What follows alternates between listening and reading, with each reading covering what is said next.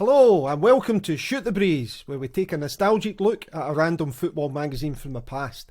I'm Andy Smith, aka Scott's Footy Cards on Twitter, and with me is Tom Brogan. Hello. In each episode we'll invite a special guest to join us in trawling through the magazine and discuss anything contained within it.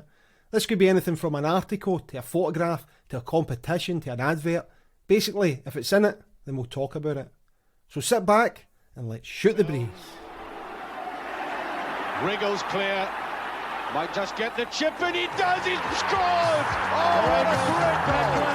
He's done it! Oh, brilliant play! Wiggling his way, that's an excellent one, and Dini! It's a goal, forward for Clydebank. Excellent play by Hughes. I think the player of the match, and sweetly finished by Penny.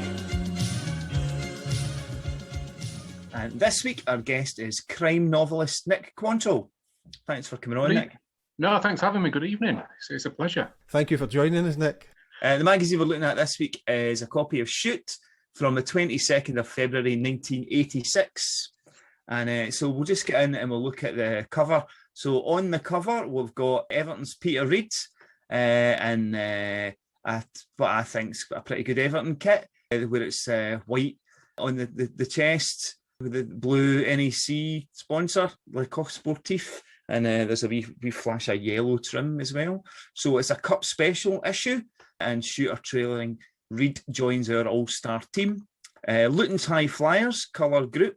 Then we've got a picture of Chelsea's David Speedy with a blonde bombshell who's wearing Kerry's shirt.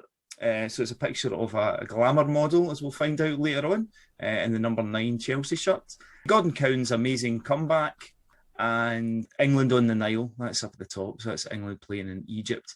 Cover price is 40p, and this particular issue has got Spencer penciled in on the S of Shoot, so obviously someone called Spencer was getting that from his local newsagent.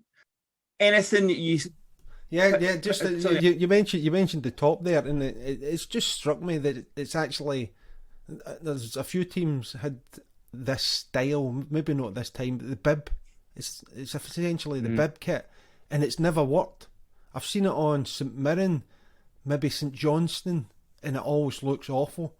So this is the first time I've seen the equivalent, something similar to that, and it actually, as you say, it works. And I never noticed the yellow piping on it around it either, which is a nice wee touch. I quite like it, but I don't know if Everton fans are particularly keen on it, because it's sort of away from their sort of traditional style. Yeah, well, I think was CA 8485. This was the season that they didn't win the league, wasn't it? So yeah. maybe in fact I don't think they won anything that season. So maybe it won't have remembered fondly for that. But I like the shots as well. So Nick, you were saying off air that you think you might have actually have read this issue at the time.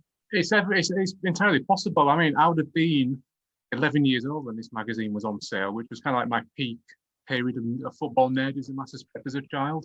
It was 85, 86. It was a brilliant time to be a Hull City supporter, as I was going to watch games as a child. Then I was absolutely obsessed with watching football on the telly, and obviously, like as Andy was saying, this was the FA Cup season only, with a big Merseyside derby at the end of it, which is kind of, I think, one of them great big iconic games we all remember, with Ian Rush scoring the goal that knocked the camera over in the corner, and it leads into the Mexico '86 World Cup. Which for me, I know it's my first World Cup, but I genuinely think it is the greatest World Cup, Mexico '86. Maybe even the last great World Cup. I'd even go so far as to say maybe die on that hill. But that time period for me is got a lot of happy memories as a football fan. And as Andy was saying about the kit, whether about Everton fans and whether they like it or not, because I think it's a really nice shirt. It works really well, doesn't it? But the coach of my daughter's football team is a massive Everton fan. And I kind of showed him the picture of Peter Reid on it, and he just kind of shook his head and said it's a loser's kit. Because, as you say, it was a season they lost the league title to Liverpool and the FA Cup didn't want it. So it's obviously a kit that has a lot of bad memories. But I think it's a well-smart kit. It really works. But yeah, probably the first time I've noticed the yellow little pinstripe on it as well, almost around the edge of the bib. So it's great. It's great. And 86, that's my time. That's a great choice of magazine for me. So I reckon I probably would have read this as a child in my house with my mum and dad. It just backs up this theory that goes about, doesn't it, Tom, about your favourite World Cup, your favourite time is sort of around about your 11, 12 year old. Yeah, 10, 11, 10, 11, 12. 12. So for me, it was 82. So that's I was 10 in 82, and you know I think of the Spain 82 exactly the way you think of Mexico 86. So there is a bit of a data to back that up that seems to be the case. Yeah, and I've tried to argue this with friends as well, and I think 86, you've still got them that sense where countries have their own individual playing styles, haven't you, before the game becomes really kind of globalized and the styles become homogenized to a degree, you know, and you've got those kind of like great stories as well as the obvious ones like Maradona. You've got the emergence of people like Josimar of Brazil, who burned brightly for about 2 weeks and was never seen again. Denmark team. The Danish team. I mean, you got all these kind of like really interesting stories, aren't you? All the teams like Uruguay playing like, as you imagine, South American teams to play. You've got the ruthless German efficiency machine. You've got them kind of Eastern European countries who kind of rely on power, don't you, and that kind of unknown quantity behind iron. And it's a great World Cup before we know world football as it is now, essentially, where, you know, nobody's undiscovered, no team is undiscovered in the World Cup, is it? And I think that was the last one for me, 86, really kind of captures that sense of individual styles for countries as well as just brilliant individual stories like you know, like Maradona obviously winning it for Argentina, literally single-handedly, I suppose we'd have to say. But you know, so I think that was just. Plus, you add in the Mexican colour as well. You know, them bright green pitches and a massive dome nets and the Azteca Stadium. It's just brilliant. It's a brilliant World Cup. Yeah. It was also a World Cup with England, Scotland, and Northern Ireland as well. So you had that kind of, and it was all players you knew from the English leagues and Scottish leagues kind of thing. Yeah, absolutely. I mean, Scotland had the group of death, didn't they, in '86 with was it Uruguay, Denmark, and Germany? West Germany. West Germany's away, which is a horrible draw, absolutely horrible draw, isn't it? And but then, you know, incredibly close to getting out of the group as well, weren't they? Really, they should have done it. I think was it the last game with the Uruguay down playing against 10 men for most of the game. Yeah, 40 seconds. I think last year get sent off after 40 seconds. Yeah. I know it's crazy, but the Scottish players will say that the Uruguayans were spitting on them and pulling their hair and all this, and like, you know, pulling the hairs out their legs and all these kind of sneaky tactics that you were, you know, expecting in the South Americans. Yeah, but yeah, I think Denmark was a sort of unknown quantity at the time. I don't think people really expected them to be quite as good as they turned out to be. So they kind of shocked us that first game. They beat us 1-0. But because I remember it being, we thought we were going to. They were basically effectively the minnows, I think, in our group, you know, and turned out not to be the case. Yeah, and they had a crazy World Cup, didn't they? Was it 6 to stuck past Uruguay and then get 5 put past them by Spain in the knockout stages? It's just crazy, isn't it? From one extreme to the other. But yeah, players like Laudrup and LKR, they just emerged onto the world scene, I guess, at that point, didn't they? And were just tremendous footballers. Yeah. As well as the kit, obviously. What a kit. What a shirt. Again, we've talked about this before. There's a few teams that had that style, Aston Villa, Coventry, but for some reason the Denmark one's just the one where it just works the best. Yeah, maybe it's that kind of bacon thing, I don't know. It just has the right colours and context, doesn't it, and the contours of it, but it is an absolutely iconic shirt and an iconic team. Yeah. So Tom, I don't think we can leave the front page without describing David Speedy there. What's going on? So David Speedy in his Chelsea kit, he's facing the camera, smiling, pointing to this model who's got her back to. So she's wearing his kit as well, but I don't know if it's the same shorts. They certainly look as though they may be slightly shorter shorts than the ones he's wearing, which are pretty short anyway. But you know, there's a lot of sexualisation going on there, and it gets worse inside as well. Yeah, we'll get to the article, but it's peak 80s. Yeah, actually peak sort of tabloid 80s. But yeah, we'll get to it eventually. Yeah. Okay. So we'll be going to the magazine then. So pages 2 and 3. So this is a feature on Gordon Cowans, and it's headlined "Bobby Never Forgot Me." After 2 broken legs, Gordon Cowans zips back into World Cup contention. So Gordon Cowans, I think at the time he's playing in Italy, but is well known as that winning the European Cup with Aston Villa. Any memories of Gordon Cowans as a player, Nick? Not so much, because as you say, at this point he's playing in Italy, isn't he? And you kind of forget that. We often think that these sort of British players didn't really go abroad, but when you start looking at it, a lot of them, there's quite a few who did, didn't they? You know, playing at these kind of like smaller level club, like Gordon was at Bari, wasn't he, at the time? So yeah, I probably didn't see an awful lot of him play, to be honest, because he was, you know, you just weren't watching those types of matches on TV, was you, in the mid-80s? They weren't available. And obviously, Aston Villa were never going to come to Boothby Park at the time. They were Division 1 teams. So, I don't remember Gordon as a player particularly, but I enjoyed reading the article about him, and it's quite interesting to read that. He talked about the season at Barry. Basically a season behind the ball.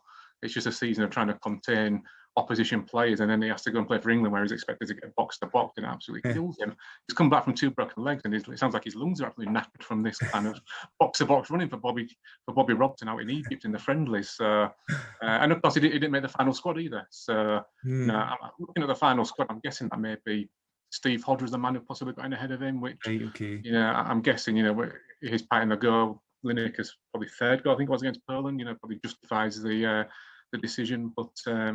Gordon Cowans was a fantastic footballer, wasn't he? But not one that I don't think I ever saw play in person. Yeah, another one of those kind of creative sort of midfielders kind of thing that England sort of, like Hoddle, that England kind of maybe treated as a kind of luxury kind of thing rather than your kind of sleeves up and dig in midfielders. Which makes his move to Barry all the more kind of puzzling on the face of it, really, doesn't it? Where you go in there to basically just dig in and it's going to be one striker at Barry, and you're just hanging on for what you can get. You're trying to grind out the draws and the points to stay in Serie A. And on the face of it, that's not his game. It feels like a strange kind of mismatch of circumstances, really, to me. I'm wondering if he went there because, as it mentions, 2 broken legs, so maybe he went there to sort of get back in. He ended up spending 3 seasons there. Which was longer than I thought, but maybe it was due to the injury. He didn't think, or maybe Aston Villa didn't think that he had it in him anymore. He went back to Villa after this, and I did check that his next. So he did get another cap after the one against Egypt, but it was 1990 was his cap, which was a European qualifier against the USSR, I think, and that was it. So. 3 years there, as you say, it sort of flew under the radar a bit for myself. But definitely a quality player. He won the European Cup with Villa while at Villa, I guess. I think he was there as well. He looks a bit of a rugged player, but as you say, Tom, he was a good creative midfield player, but just looks wise. And I'm sorry if you're listening to this, Gordon. It looks as though he's seen a few, So I think how old was it? 27 or something at this point? Is that right? Yeah, 27 it says in the article. Yeah, and he's got that kind of age and look about him, hasn't he? But then, to come back in 1990 and get a cap as well, so that makes him into his early 30s after 2 broken legs and playing in Italy for that time that's some going into it, really. Is it not to be dismissed lightly, is it really? Yeah, absolutely. All right, so we'll go over the page then for some FA Cup previews. So this is Shoot's all-star panel of experts judge this week's FA Cup ties. And so we've got Charlie Nicholas and Peter Reeds, and then we've got Ian Rush and Brian Robson all talking about the coming FA Cup games.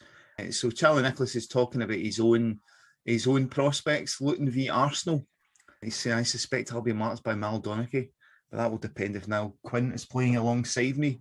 So interesting there, obviously in that era, you've got players talking about, the games coming up kind of thing, and, what they're expecting kind of thing, the kind of thing you see nowadays and these kind of it's quite candid, isn't it, really, when you start reading it. It's surprising how much they're kind of almost talking tactically about the games that are coming up. And, it's quite a difference of the kind of bland nonsense we get from players these days, isn't it, generally speaking. So, I was quite surprised looking back at this, at how kind of candid it was. Like Charlie Nicholas saying that, that if Niall Quinn plays, then that means Steve Foster won't mark him. He'll be up against kind of Mal Donaghy. What he probably think is a bit slower, maybe. He can kind of use his pace and skill around him, but he clearly don't fancy playing against Steve Foster, does he? Which is probably a wise move. Nobody want to face Steve Foster, I suspect.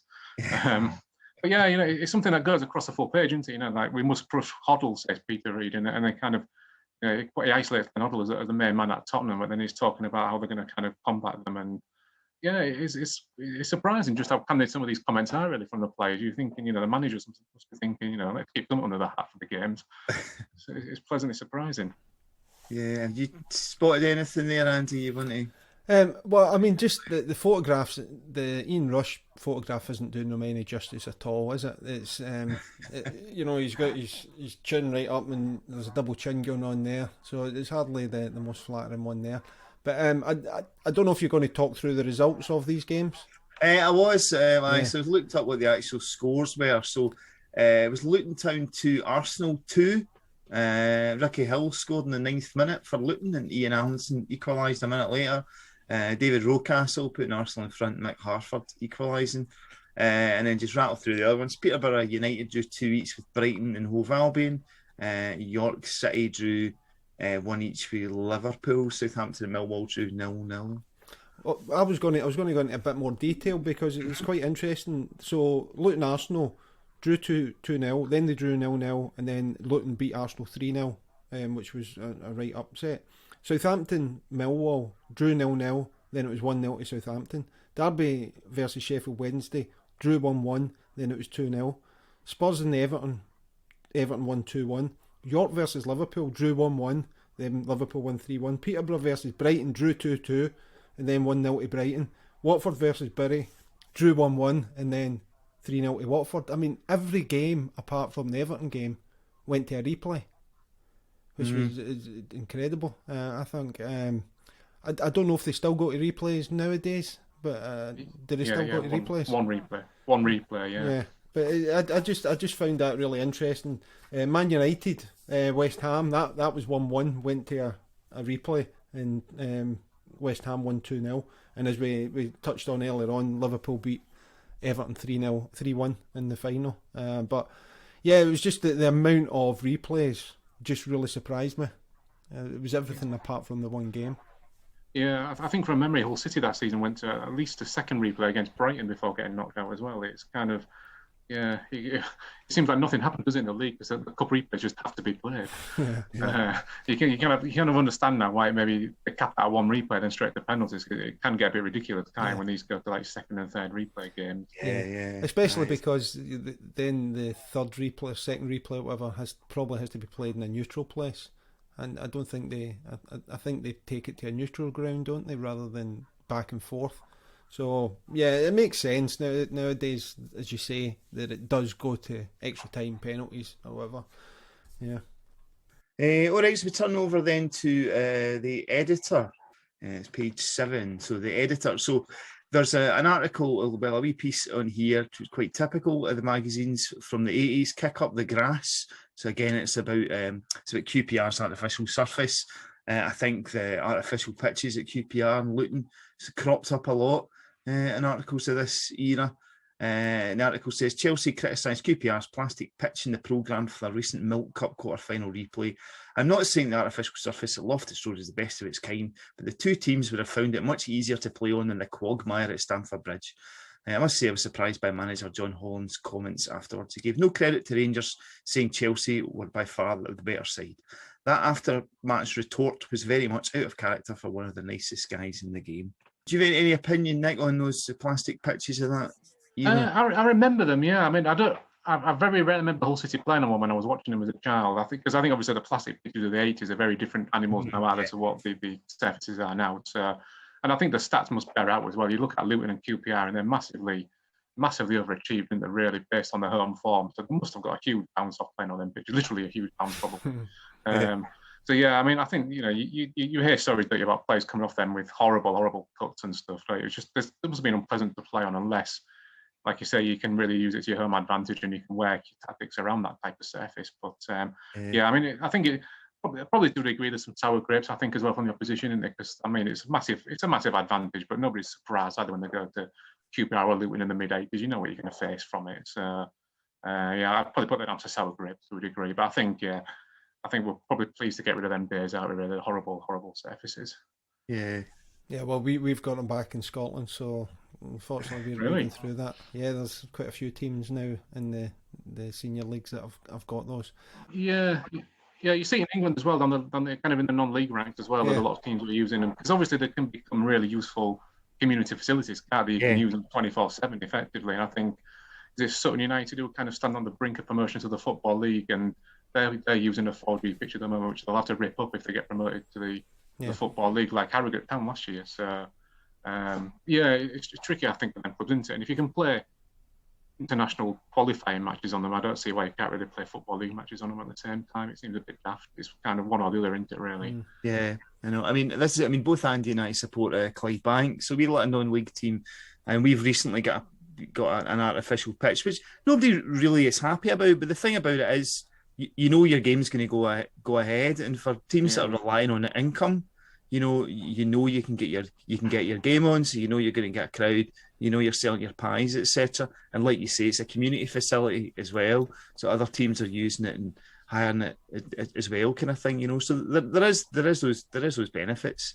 Yeah, and I think as well in the 80s, you know, maybe Luton and QPR were outliers in that sense, where now every team probably trains on a 4G pitch, don't they, midweek? It's not like you're going onto it cold. If you're going to play Clydebank on a Saturday, you've trained on that type of surface a million times. You know exactly what you're facing. It's not massively different playing on grass in a lot of ways, is it? So, again, a lot of clubs at that level train just naturally train on those kind of pitches. They'll train at high schools or council facilities kind of thing during the week. So I think it makes total sense for clubs at the lower end of the scale to be using those and looking to use them, really. Just like you say, the financial kind of benefit from doing it, if you can afford to put one in or get the grants to do it, it just makes sense. Yeah. I think in a way also, I guess one of the benefits that maybe you don't think about too much is that it forces teams to play more football, because they can't do a really physical game on it. They can't do their normal physical game on it. You know, they can't throw themselves about. If they do, they're in danger of getting a big burn up the legs or whatever like that. So maybe that's one of the benefits that we can take from it, is that it does and sort of induce more football than just physical play. Yeah. Well, maybe we'll see the benefits of it now, particularly. But I reckon, in 10 years' time, when the kids are coming through with training on it all the time and using it all the time, then they'll probably come through as technically better players, won't they, from using these services, I suspect. So, that kind of that physical kind of approach that some teams adopt, particularly down the lower end of the pyramid, and that may well sort of start to die out, might it, as it passes and new players come through who are used to handling a football on that surface more. Like my daughter plays under 10s football, and her matches are a mixture of grass and 4G, just depends on where they're playing. So, they're quite happy doing either. It's not really an issue to them. It's just, it is what it is. Yeah. It's normal. So the other wee thing I'm just pointing out on this page is that Burns fan club, Colin Clements, 36 Denbury Street, Shettleston, Glasgow, has formed a fan club for Celtic Scotland ace Tommy Burns. Colin has asked that any interested readers should write to him sending a stamped addressed envelope. So firstly, sorry, I'm just going to jump in, because SAE to me has always been self-addressed envelope, and I've seen this and it's made me doubt, because that makes more sense. Well, it doesn't make more sense; it makes as much sense. So what would you say SAE is? I would agree. I think it should say SSAE, shouldn't it? Stamped addressed envelope. Stamped self-addressed envelope. Yeah, that would be more technically correct, I reckon. Unless this guy's just got stumps to burn and is happy to send them back to you. He just wants members of his fan club to join in, maybe. So Tom, did you try and find them? I was going to ask. We'll maybe do that afterwards. We'll put it out and see if anybody actually. Yeah, I had a quick look. Couldn't find anything obvious. Yeah, there's also a little box there for a pen pal as well, isn't it? That's quite interesting. A guy in South Africa looking for a pen pal. I wonder if anybody wrote to him and if he's kind of in touch with them still. Actually, one of the magazines, I don't know if it was Shoot or Match or something like that, when I was looking through it, so I live down in Batley in Yorkshire, and I've lived down in Yorkshire for 22 years or something. But I was looking through just a magazine and looking through the pen pal section, and I saw somebody, and it was in Batley, and they basically live about 30 seconds away from where I live now, and I was really tempted to go around, chat their door, and say, "You still looking for a pen pal, mate? You still looking?" Just freak them up. I didn't bother in the end. It's a very 80s thing, pen pals, isn't it? That's just something that would people do that anymore? Do kids have pen pals? I'm not really aware that they do anymore. Yeah, I'm not sure. I remember doing it myself when I was at school, and it was with somebody from Hobart in Tasmania, and it was a lassie, and I was a shy boy back then, and sent a letter, sent one back, and then she sent a letter with a photograph of her, and asked for a photograph of me back, and I just freaked out and never spoke to her. I've never sent a letter ever again. I just like I don't want to send a letter, a photograph. I don't want to send. So that was it. It was over and done with, and that was my pen pal experience. Right, so over the page again here. So just quickly on that page. So there's a couple of wee adverts on this page. So there's an advert here, Aston Villa 1986, and the picture is just very simply a picture of Shoot the Breeze favourite Andy Gray. They're posing in the Aston Villa strip with the ball, and it's just a full range of replica kit, free gifts with purchases, free competitions to enter. Send now for our 1986 price list enclosing SAE. SAE, there we go. Now, Tom, you'll know what I'm going to say about that photograph. That's the perfect pose.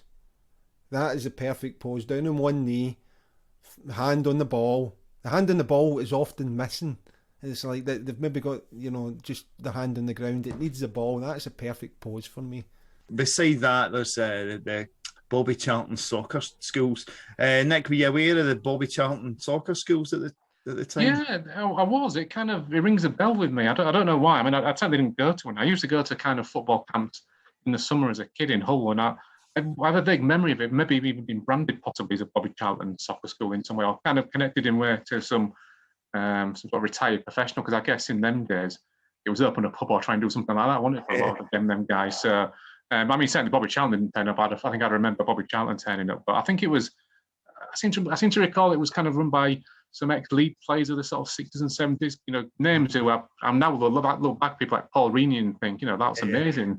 Well, at the time, I was 10 and 11, I didn't really appreciate just these kind of old men were running it. But yeah, I mean, it's interesting, isn't it? It talks about Bob Wilson runs the goalkeeper coaching school as well down in London on behalf of Bobby Charlton. So it's kind of these big kind of like brand names, isn't it, really, from that era were doing these things. And I used to love football camps. It was brilliant. So the facing page there, we've got My Big Chance admits Brazil. And there's a good picture there of Alan Brazil in his Scotland kit. So it's he's just signed for Coventry. And at the top of the page, they've got Ipswich, and there's a wee box with a tick in it. Spurs, a box with a cross in it. Manchester United, a box with a cross in it. And Coventry, there's a box with a question mark in it. So it's Alan Brazil signing for Coventry and hoping his luck's changed. When Alan Brazil scored a brilliant hat-trick for the Manchester United reserves, he had high hopes of a first-team recall. Instead, he was sent to Coventry. Well, and just what amused me reading it is it referred to him as the balding Scot. That's exactly what I was going to say as well. The balding Scot, brilliant. Yeah, he's not been bad for himself since, has he, really? No, he's not. He's not really. But he was certainly a great player with Ipswich. And took his opportunities going to Spurs and Man United. Yeah, I guess he just kind of fell a little bit short, maybe being that top echelon player, didn't he? That top sort of draw striker. He was a reasonable kind of first vision striker, but maybe not quite top draw. But it's kind of weird to see people like Alan Brazil in this magazine. Isn't it? He's slim, he's athletic looking, apart from the kind of the old man haircut. But he kind of when you see him now, obviously, it's got the passage of time into it, but it seems weird to actually see it put in front of you like this in a sort of a fashion. But yeah, it was. I always remember as being one of them strikers who was pretty good, but not quite good enough at the same time. He was never, like I say, he was bombed out of Spurs and Man United, but he was good at Ipswich and Coventry, wasn't he? He was able to kind of hold his own at that level and score plenty of goals. Yeah, it was kind of disappointing for Scotland as well. Yeah, never quite hit off for Scotland. Yeah, and it's interesting to talk about the reserves as well, because I remember watching a lot of Hull City reserve matches around that time as well, when the reserve leagues were kind of very different to what we have now either. They're not the wet under 23 development leagues. It was kind of seasoned old pros, wasn't it? Kind of sulking away around the north of England, playing against empty stadiums. It seemed like Hull City because they had no choice but to do it. But that was the type of player I used to love to go and see, because there were names that you would read about in the magazine. And then they would turn up to play a reserve match. I remember seeing Brian Robson playing for Man United reserves because he was coming back from yet another injury. Just names like that would be the big clubs, and it was a chance to see the type of players I wouldn't have seen ordinarily. So yeah, I used to love reserve football back when it was kind of like proper reserve football, if you like, in that sense. Yeah, no, I attended a few reserve games as well, because you used to get that thing. Obviously, the first team were away from home, and the reserves would play at home 3:00 on a Saturday, and then it kind of get moved to like a Monday night or something. But yeah, again, you get the chance to see players coming back from injury, and sometimes you get good crowds. And then the best thing would be if there was a programme if they knew there would be that good a crowd, you would get a 10 pence programme as well. I remember being able to be the ball boy for some of the games because there was not many people there. You could just kind of walk down the girl and just kind of say you're the ball boy, and they'd let you just crack on with it. That was quite, I remember standing behind Bobby Mims in the goal for Everton reserves for one match and kind of trying to put him off so he let a goal in, but it didn't really work. So I think it's a cross goes into the Coventry box, doesn't it? And because he played 15 games and only scored 2 goals, and then he went to QPR the same year, so he never spent much time there. So unfortunately, yeah, Ipswich Town was his main success. Yeah, I like Alan Brazil. It's just a shame that I can't listen to a certain station, but because I would quite like to listen to him, but. Yeah, I like him as a presenter and certainly as a footballer. So moving on, pages 10 and 11, we've got Irwin at large. What's new? Mark Irwin knows. So there's a couple of wee bits and pieces here. The main bit there is Gibson, glad I left Spurs. So it's Terry Gibson, who's signed for Manchester United. He started his career at Tottenham. And £650,000 goal scorer, was sold by Spurs to Coventry for just £70,000 in 1983, and is convinced that was a turning point of his career. And this is him just signed for Manchester United. Competition for places is going to be tougher at United than it was at Spurs, but I regard myself as number 1 at Old Trafford. Do you remember Terry Gibson? I do.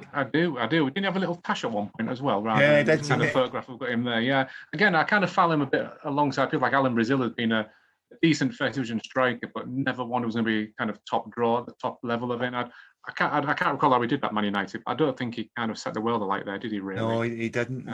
So it was kind of one of those kind of like lower half strikers for me. I remember him, and I remember him being that kind of sort of small, like stocky type of striker who would be kind of like sniffing around off a big man type of thing, as you would have others in those that classic partnership type of thing. But yeah, I think, there's some big talk from him there in that article, isn't there, in that little interview, but I don't think he ever really kind of walked the talk for me there. There's a wee bit there that says Cloughie's video gift. Brian Clough, one of the most outspoken critics of televised soccer, has ordered 12 videos of the BBC's Match of the Day programme, which featured Forest's 3-2 win at Manchester United. I did it for the younger players on my side, like Greg Fleming, Des Walker, Brett Williams, my lad Nigel and Franz Carr. I don't know whether any of them has a long-term future in the game, but they deserve a memento of the United match and the part they played in our win. It's quite quaint there. They're getting them a video of the game so they can see. Yeah, it is, and it's just looking at those names, isn't it, as well? When he says, "I'm not sure if these lads have a future in the game," and you see Des Walker, my lad Nigel, and Franz Kine. I think they all have blinkers, don't they? But then you think Greg Fleming, Brett Williams, the names I can kind of vaguely recall somewhere at the back of my mind, but I couldn't kind of tell you anything about them. But yeah, it's interesting to see kind of where those kind of like lads fell, really, wasn't it? And yeah, some of those players went on to have brilliant careers, and particularly Des Walker, I suppose you'd have to point out there. But yeah, video as a gift, that's quite an interesting thing, isn't it, these days? I think it ages it, doesn't it? It's of its time. Looking back now, if youngsters read that, they wouldn't believe that, that would be a gift. Said, well, just go onto YouTube or something and you'll be able to see the game. But no, Brian Clough had to probably go to the BBC department and ask them for 10 videos of it. I don't even specify whether it's VHS or Betamax either. There's a wee bit there about Steve Hodge. I can follow Robson. Steve Hodge's inclusion in the England squad for last month's game in Israel has encouraged him to believe he can keep his place for Mexico. So like you said earlier, Nick, he did. He did. That's right, he did, didn't he? I always like Steve Hodge as a footballer. I think it's that kind of thing about left footers, isn't it? That they always seem to have that like slightly more cultured edge to the game, but we think they have, don't we? These left footers. And yeah, I mean, Steve Hodge, what is he? He's 23, I think it says in the article there, doesn't it? He's a relative youngster, and yeah, I mean, he goes on to have a brilliant career, doesn't he? Really, the Steve Hodge, and yeah, he played his part in Mexico for England, so I think that's a little glimpse into the next 6 months. That little piece. Yeah. It's a wee bit there about Gary Lineker, Everton striker Gary Lineker. Gary aims to join the greats. He's still waiting to score his first great goal. I've never hit a shot from 30 yards out, which thunders in at the top corner. All my goals come from inside the penalty box, confesses Gary. My style of finishing is also changing. My speciality at Leicester was running onto the through ball and striking at home. With Everton, I am scoring a lot more headers. Yeah, I don't really remember him scoring particularly for his aerial prowess, particularly because he's a relatively short man, isn't he? As well, I think he's Gary. He's not a 6'2" strapping striker, is he? No. But then when he talked about running onto through balls and finishing them are the goals you think of Gary Lineker, aren't they? That calmness in the box, and it's just that ability to kind of pick a spot and not rush it and just have some composure, which is incredibly rare, isn't it? Even for strikers at that level. So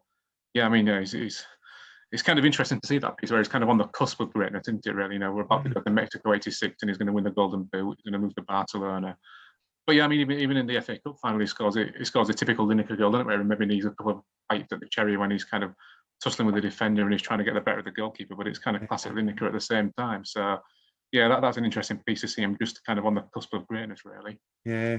I wonder a bit if because the season before was Graham Sharp and Andy Gray, and so everything were geared towards that sort of style of putting the ball into the box, for the header. So maybe rather than playing to his game, he's played to their game. So maybe that's how he's ended up scoring more headers, just because of the style of play. Had more of that in it.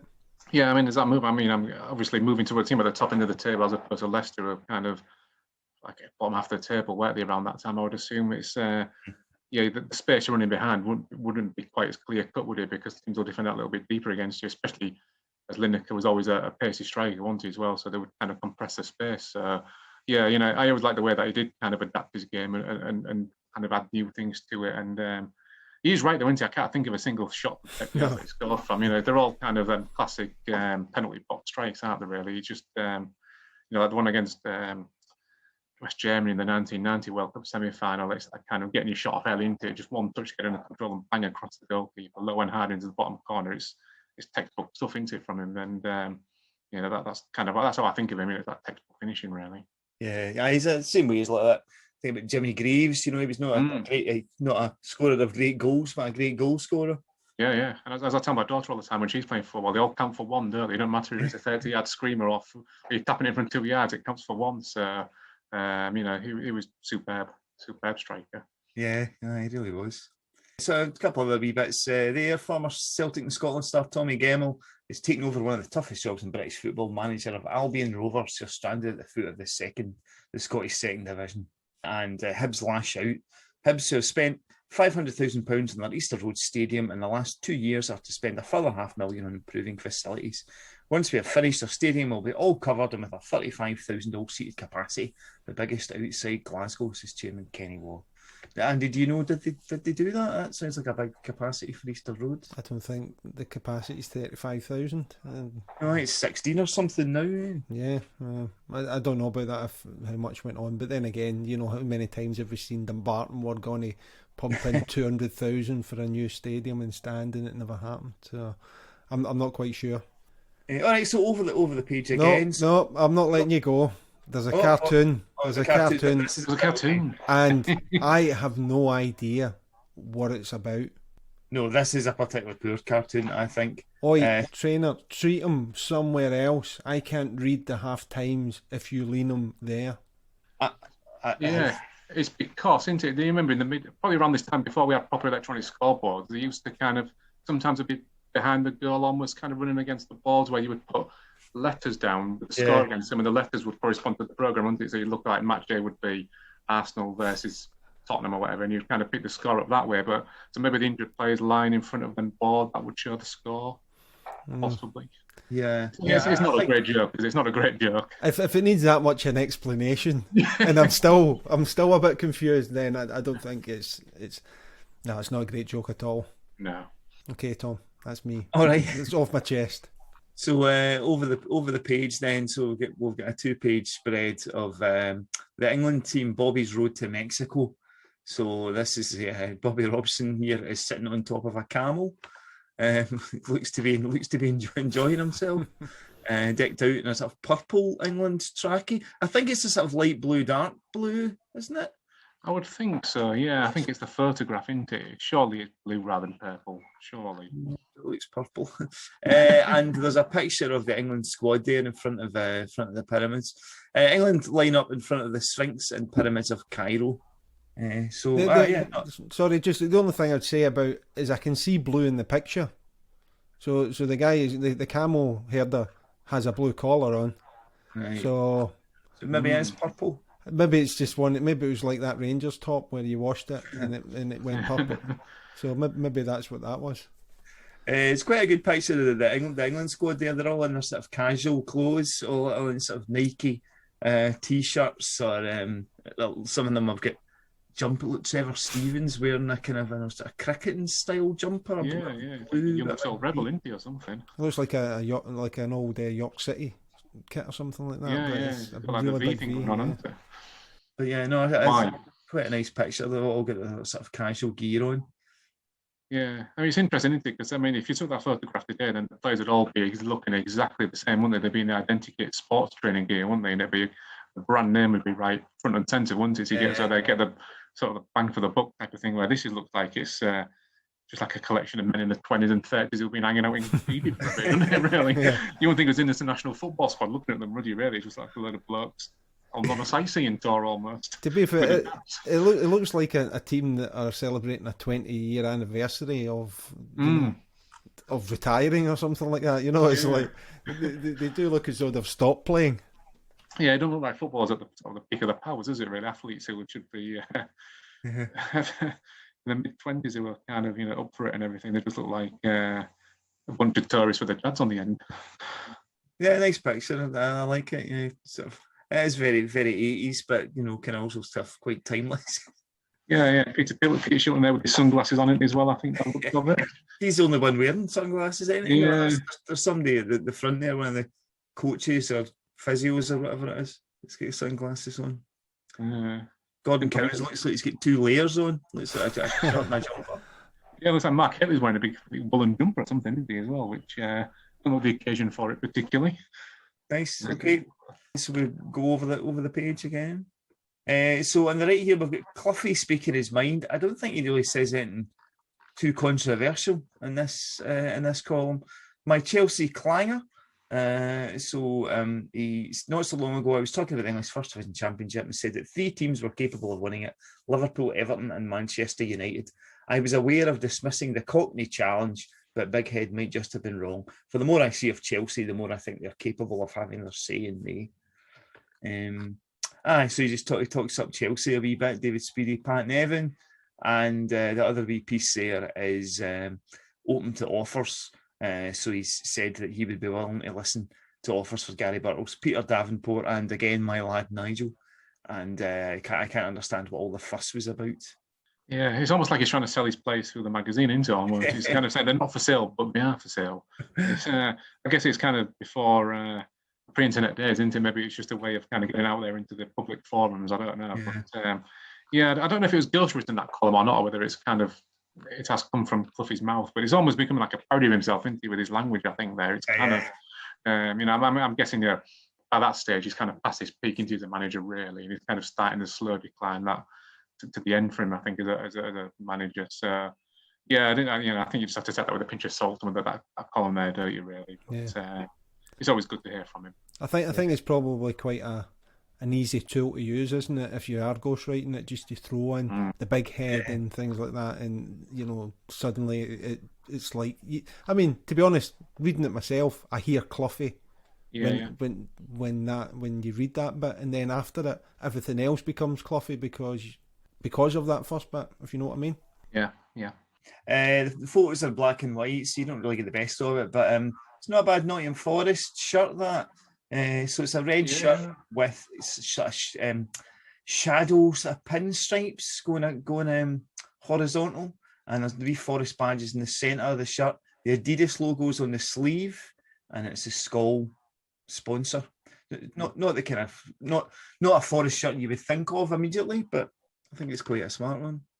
Yeah, I don't know. Yeah, that's probably a peak era, wasn't it? Maybe mid-80s for football kits. There's an awful lot of really smart-looking kits, weren't they, in that area? I'm thinking West Ham as well. That sort of period had a really nice kit. The Arsenal one was kind of simple but effective as well. I think it was a really nice time for football kits in mid-80s. Maybe that's kind of looking back a bit now into that kind of casual wear. But I think 80s kits were well smart.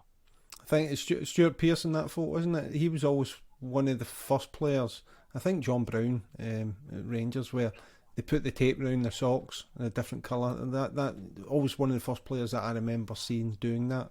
Oh, that is good knowledge. That is good knowledge. Yeah, because I'm looking at. I mean, David Speedy's got. I think he's got tape as well, hasn't he? There, when you look closely, Yeah. possibly. Yeah. But yeah, you look on the page there, and you've got Paul Allen on the other side in his Tottenham kit, which also is another nice shirt. I think. Yeah, it was a khaki top. There's no. He's not wearing tape either, is he? So yeah, maybe that was a pioneering thing at Forest and through Stuart Pearce.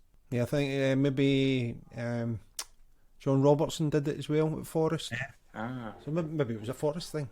Who knows? Yeah. Maybe Brian Clough told him it had special powers or something. That's the kind of thing he would do, isn't it? Yeah. So page 17, which is Just Jim. So this is the letters page with Jimmy Greaves. So let's pick out a couple of them there. So a letter from Julie Dell of Catford, London. It's headline Dixon joke. I'd like to thank Chelsea chairman Ken Bates for giving me such a good laugh. £5 million for Kerry Dixon? He has got to be joking. And Jim says, you should know by now that Ken Bates never makes jokes. Kerry Dixon is not for sale, and this is simply Chelsea's way of letting everyone know. Yeah. I mean, £5 million won't buy you a toenail of a decent striker these days, would it? So that's, I think the main thing about that page was it kind of, I felt quite sad looking at, Jimmy Greaves' face, because that made me think straight away of St and Greavesy in those sort of Saturday lunchtime viewings when I used to watch him at my grandma's house before going to watch Hull City play. But yeah, I always thought Jimmy would be the first one to go, and obviously it was St, wasn't it, not long ago. So yeah, they kind of reminded me, just how long ago we're looking back when I was reading them, and I felt incredibly kind of sad about, that Jimmy's probably not going to last that much longer, I suspect, is he? He's not in good health, but what a partnership they were when they did the TV program. And I think they was talking about Brian Clough's voice on the previous page, and I think Greaves' voice comes across on this as well, doesn't it? As that kind of jovial dismissal of points, doesn't he, on this page, and it kind of works. You can hear him sort of talking, I think, in that sense. And there's a wee bit there again, Gary Lineker again. A letter from Keith Warhurst in North Yorkshire. It says, after watching the big match live featuring Chelsea and Liverpool, I have to agree with Gary Lineker. We should have 2 substitutes per team. And Jimmy says, this proposal has already been discussed at a very high level, and it's only a matter of time before it's adopted by the Football League. I'd go even further. I'd make it 3 subs, but one must be a goalkeeper who can only come on if the first choice keeper is genuinely injured. And interesting, Gary Lineker seems to be sort of forward thinking at that time as well. Yeah, and so does Greaves, doesn't he? I think it was maybe only a couple of years after that one where 3 subs did come in, including one being the goalkeeper. So yeah, absolutely. They were kind of ahead of the time on that one, and I've lost track of where we are now. Is it about 7 substitutes at the moment? It's a bit crazy, isn't it? So, I think the FA Cup final the other day was 5 subs you could put on. Yeah, so I wonder what Keith from Northampton would make of that if he could go back and see his letter where he wants more subs. It's not very often I agree with Jimmy Greaves. I'm with him on that one, the subs, absolutely. Good time, Charlie. Samuel McFadden of Dundonald and Belfast says, thank goodness Charlie Nicholas is finally starting to produce the goods for Arsenal. Now we'll see what all the fuss was about when he left Celtic 3 years ago. And Jimmy says, Charlie was a potentially great player when he left Celtic, and it looks as though he's finally starting to fulfil some of that early promise. He's making headlines for all the right reasons and playing the football we all suspected he was capable of. I'm delighted for Charlie, for Arsenal and for football in general, because we can never have too many crowd pleasers. Yeah, there's a lot to unpack there, isn't there? He said an awful lot there in a few words, isn't he, about making headlines for the right reasons. Yeah, I mean, my perception of Charlie Nicholas was that he was very much a playboy when he came down south, and maybe coming to London, maybe want the smartest move in that sense, into the bright lights of the big city. And I don't remember him that much as a footballer, to be honest. Again, because I think 85-86 was the season of the blackout, wasn't it, on TV? Where nothing was shown, until was it kind of well into autumn. So I didn't see an awful lot of sort of first vision football being played at that stage, really. So I mean, I'm guessing it's probably fair to say he never really fulfilled his potential, really. I certainly didn't in England. I think that's the case. But I think he had the chance to move to Liverpool, and I think that's something he says he's regretted, that he didn't take that chance. And I think it's pretty well thought that moving to London probably wasn't the best idea for him, and I don't think it took hindsight to work that out. But he was a terrific player, absolutely. One of the most naturally talented players that Scotland had produced at any time, I think. Yeah, I mean, I think Celtic get the best out of him in his early years, but other than that, Scotland's never really got the player that we kind of expected in the national team kind of thing, and he didn't really do it for Arsenal. Although that being said, I think all the fans loved him, and I think he's still very popular with Arsenal supporters. And then he came up here and did quite well for Aberdeen, and then got back to Celtic. And I think the Celtic fans seem to be a bit kind of lukewarm about him, Andy. Yeah, I think a lot of that's after his career. Yeah, it's because of that. But you know me, I'm a fan of Charlie Nicholas. I always have to qualify that by putting Nicholas on the end of Charlie.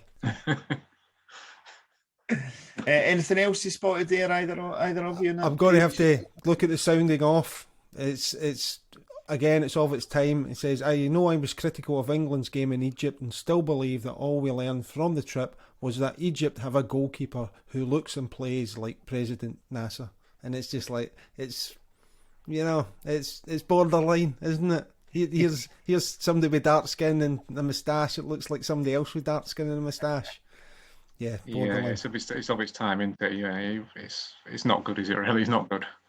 But then I think that was the attitude towards a lot of minor footballing countries, wasn't it? That kind of patronising turn that we're England and we expect to kind of just turn up and win these games. And I think around that time, the tide was starting to turn a bit, wasn't it? They were still handing out thumpings here and there, but a lot of these smaller countries were slowly starting to improve. And you get to Mexico in '86, and England only managed to draw in Morocco, don't they? It's it's probably the start of maybe we'll talk about that. Countries having their own style still in '86 before kind of globalization really kind of throws everything into the mix and into a pot of kind of producing a kind of one style of football almost. But yeah, I think that that's probably the start of England's decline to a degree, or modern decline, a second decline possibly. So we go over the page then, Andy. So we're at Shoot Book and Video Service. I'm going to have a wee look at there. So it's just basically a list of football books. Including United I Stand by Brian Robson, United to Win, Ron Atkinson, a book called Simply Arsenal, Bill Nicholson's Glory, Glory My Life with Spurs.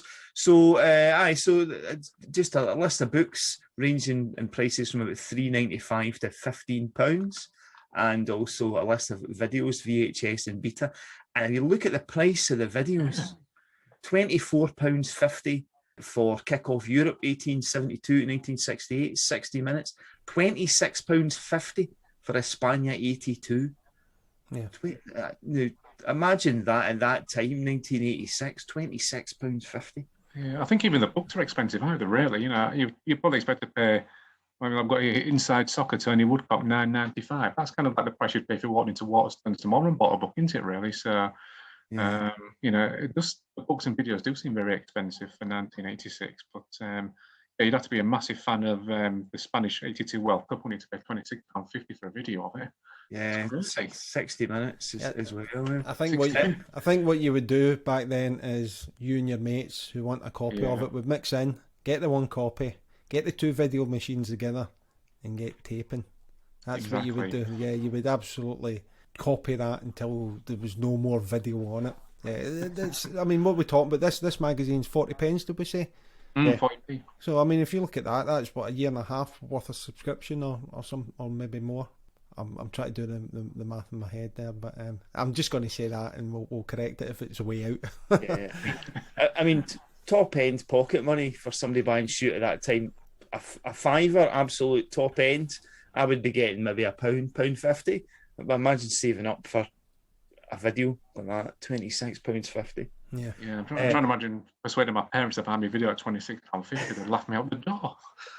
And so I was like, I had a wee look on YouTube, and of course you can basically find all these on YouTube now. Have you got the wee screenshot? There we go. So there's a screenshot from the Final Farewell to Trevor Brooken video, and so that's a picture of Trevor Brooken being raised shoulder high by the fans at Upton Park. But what I liked about it there was the Final Farewell to Trevor Brooken. The on screen, it looks like, I don't know what those things were that you got.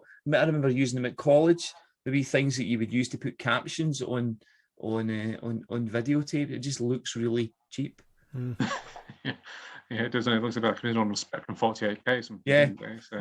But what a shirt he's wearing! That another great kit from that sort of area. That West Ham shirt, that is beautiful. With the kind of the sections and everything, and the and the claret and the blue sort of in like little boxes. It's great. Yeah, and the hammers, the hammers. Yeah. On Yeah. the badge, yeah. And there's a hint that his tracksuit top will be quite nice as well, although it's kind of half off, isn't it? But, yeah. I mean, Trevor. I mean, I don't remember Trevor Buchanan as a player because obviously, I guess, that kind of he was retiring at that stage, wasn't he? So he's not somebody I really have any memories of as a player, particularly other than them grainy clips you see of him scoring in the FA Cup final. But yeah, he's not particularly popular around these parts because when the Cairncombe Stadium in Hull was being built, he wanted to kind of cap the capacity much smaller in terms of being able to offer funding for it, and he would prove completely wrong. So, yes. Good evening to you, Trevor, if you're listening. Right, Andy, where are we going? Where are we going now? So this issue's got two team groups. This is a spotlight, double page spread. Spotlight on Luton Town. Now, Andy, so you're the sort of king of the team group formations. What do you make of this? So it's not your usual team formation. You would normally get 2 lines, 3 lines, all nice and neat. So this one is along the side of the pitch with the team, and then the coaches sort of coming. So it's sort of like a bit of an L shape, but they're also standing sort of a diagonal to each other. But I like when they try something a bit different. I think that sort of works.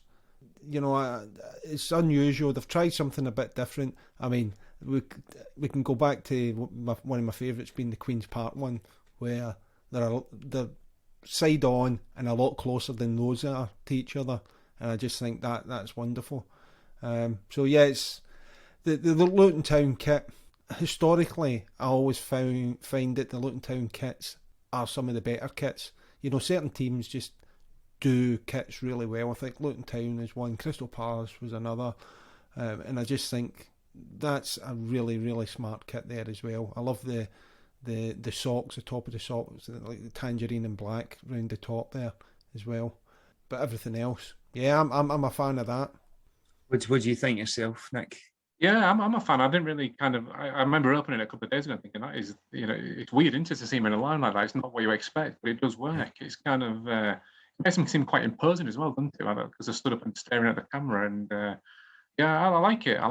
But I guess that's kind of Luton Town, isn't it? They had to do things a little bit differently to survive at that level of football for so long, and that kind of thinking, I guess, kind of infuses itself in all sorts of different ways, and yeah, that's an example of it. But yeah, it's a great kit, and it's a great story as well about David Pleat and his wheeler dealings, and the players who will kind of break into the England squad. But I don't think any of them actually managed to make it to Mexico, did they? None of those players mentioned, like Ricky Hill and Brian Steen, none of them kind of break through. But then I guess what we're talking the following year, they go and win the League Cup. Yeah, yeah, against Arsenal. So yeah, a lot of good players in that. Absolutely, that lineup. Mitchell Thomas, Mick Harford, Paul Elliott, Steve Foster, Ashley Grimes, Andy Dibble, Les Seeley, Mal Donaghy, Ricky Hill, Brian Steen, Peter Nicholas, Mark Steen. A lot of guys who obviously moved on to other clubs. Yeah, I guess that was the way they had to do it, wasn't it? To kind of get that international recognition.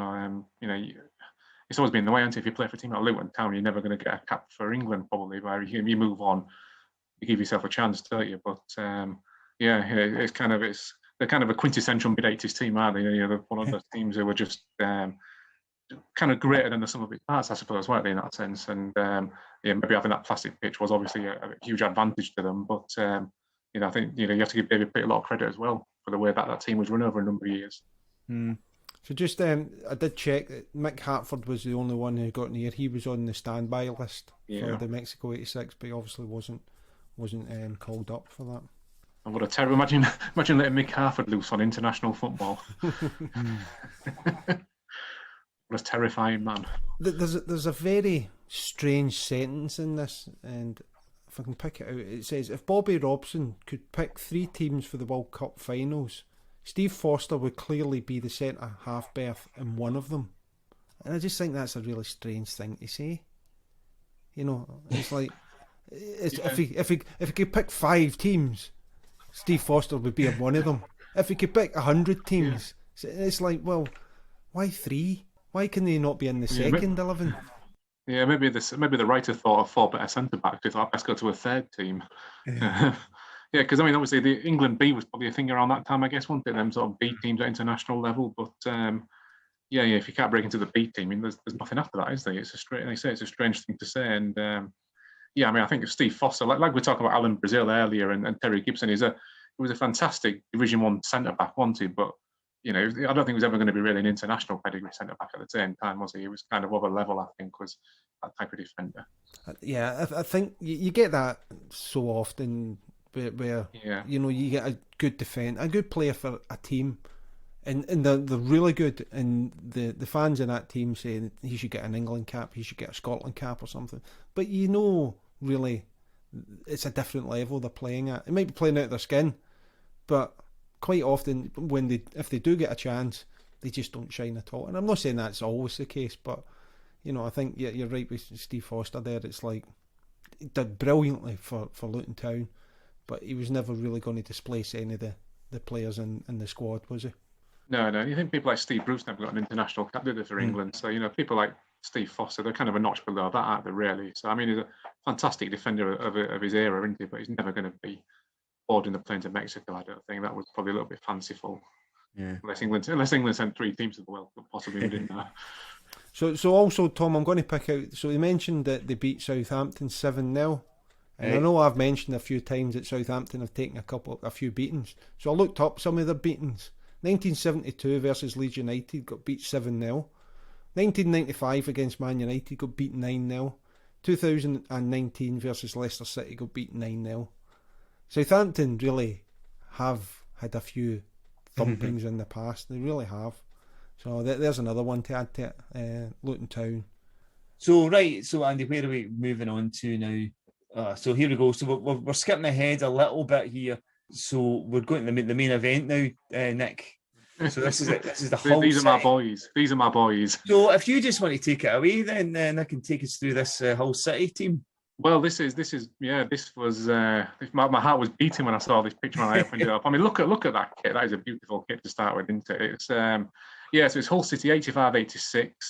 It was I actually started going to watch Hull City the season before 84-85, and it was a promotion season. So I guess that kind of makes me some kind of glory supporter of Hull City to a degree. My first match was a 0-0 draw, so I guess that kind of cancels out a bit. But so this picture shows the squad. Division 2, 85-86. It's mainly the team that got promoted the year before. Yeah, you look at it, and there's not too many players that I suspect a lot of people would recognise particularly. No. But if you're a Hull City fan, then those are iconic names. You've got Gareth Roberts, captain, next to the player manager Brian Horton. He played sort of like 400 games for the club. Tony Norman, the goalkeeper, who had if he didn't have the misfortune of Neville Southall in front of him for the Wales goalkeeping job, he would have played international football for a decade for Wales without doubt. He should have played a lot higher than Division 2 football. Pete Skipper and Stan McEwen in the middle row, the centre-back partnership, both played hundreds of games with the club. It's just there's so many stalwarts of the club on there. It's incredible. And the one man staring at the camera in the middle of the photograph, looking like he might actually kill somebody, Billy Whitehurst, the hardest man in football as he was known. The club star man, the striker, the sold partway through the season for, I think the article says £240,000 to Newcastle United. What a story Big Billy's got to sort of tell of his career. That was the first team I went to watch. It was those were the players that I remember watching as a 10 and 11-year-old, and I used to sit in the seats behind where that picture was taken in the South Stand. Those are just kind of my first memories of watching football, is watching that team and owning that kit as well, the full strip. So yeah, so many happy memories of that picture. And I think in typical Hull City fashion, the club finished 6th that season in Division 2, and the playoffs were brought in the following season. So we missed out on a playoff shot to the first division at the time because of the rule change coming in the following year, which is kind of typical Hull City, I think. Really, it's good times. Andy, have we got a look at some of the results from the? Yeah, just before we do, I'd just like to mention Loz Pearson at the back there, who we spoke about when the last time we spoke about Hull City. So we used to play 5-a-sides together, or 7-a-sides down at Westfield. Yeah, brilliant. He doesn't have anywhere near the same amount of hair in his head as he does there. But it's nice to see him in there. And I also say that Andy Flounders in the back left there's got a bit of a Gordon Cowans look to him. He was a striker, Andy Flounders, a local lad. Kind of came from nowhere really, and just came through the ranks and stuck at it and won his place in this team, and was a decent striker for the club and spent the rest of his career sort of kicking up for Scunthorpe United and North Ferriby in the non-league ranks. But it's interesting you say that you played against Laurie Pearson, because I played against Peter Skipper, who was the guy who was third left in the middle row, and he was a centre back for the team back then, and he's no longer with us, unfortunately. He died last year, did Peter Skipper, and he played amateur football kind of until his death. Essentially, he was heading out for the Hull City old boys teams. But I came across him probably around the end of the 90s. So I was probably in my mid-20s, and it was an amateur league match. So Pete Skipper would have probably been, I would guess, pushing towards 40, and I thought, I'm going to show the old man how it's done. How hard can it be to show a 40-year-old man how you play football? And I didn't get a single kick off him all game. The difference in levels is just absolutely incredible. You kind of watch these players thinking, God, how have you turned professional? And then you come up against one of them and with the ball at your feet, and you just can't get anywhere near them. That was kind of, I look back with kind of great fondness of playing against the likes of Pete Skipper on the amateur pitch, and I think there's a couple of the lads on that pitch who were playing for the same team. It was almost cheating, really, isn't it? You haven't got a chance of getting close to them. But incredible to play against some of those players and be completely schooled. Just before we move on, Tom, I just want to mention the socks. I love those socks. They're very rugby-like socks. I don't know if the Hull rugby team wears something similar to that, but no, it was the chairman at the time, Don Robinson, was he was one of these guys who was ahead of his era. Really, he would talk about Hull City being the first club to play on the moon. He would have all these kind of crazy schemes to kind of raise awareness of the team and raise money, and they played against some American teams in kind of, I think they called it the Anglo-American Air Trophy, something ridiculous. And we played Tampa Bay Rowdies over 2 legs. And there's some amazing footage of it on YouTube, because Hull City fan Mark Herman went to film it, and Mark has gone on to write Brassed Off and direct Brassed Off. Of course, right. The Boy with Striped Pajamas. He was kind of cutting his teeth because he was a Hull City fan. He went out with the club to film them in Florida, and there's some amazing footage of them kind of doing things they shouldn't be doing in Florida on YouTube.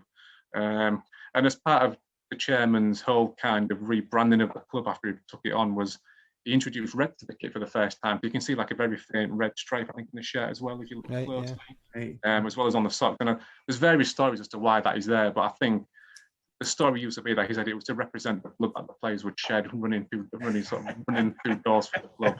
There was also talk, he was from Scarborough, which was kind of colours connected to the Scarborough Football Club. It could be to do with that.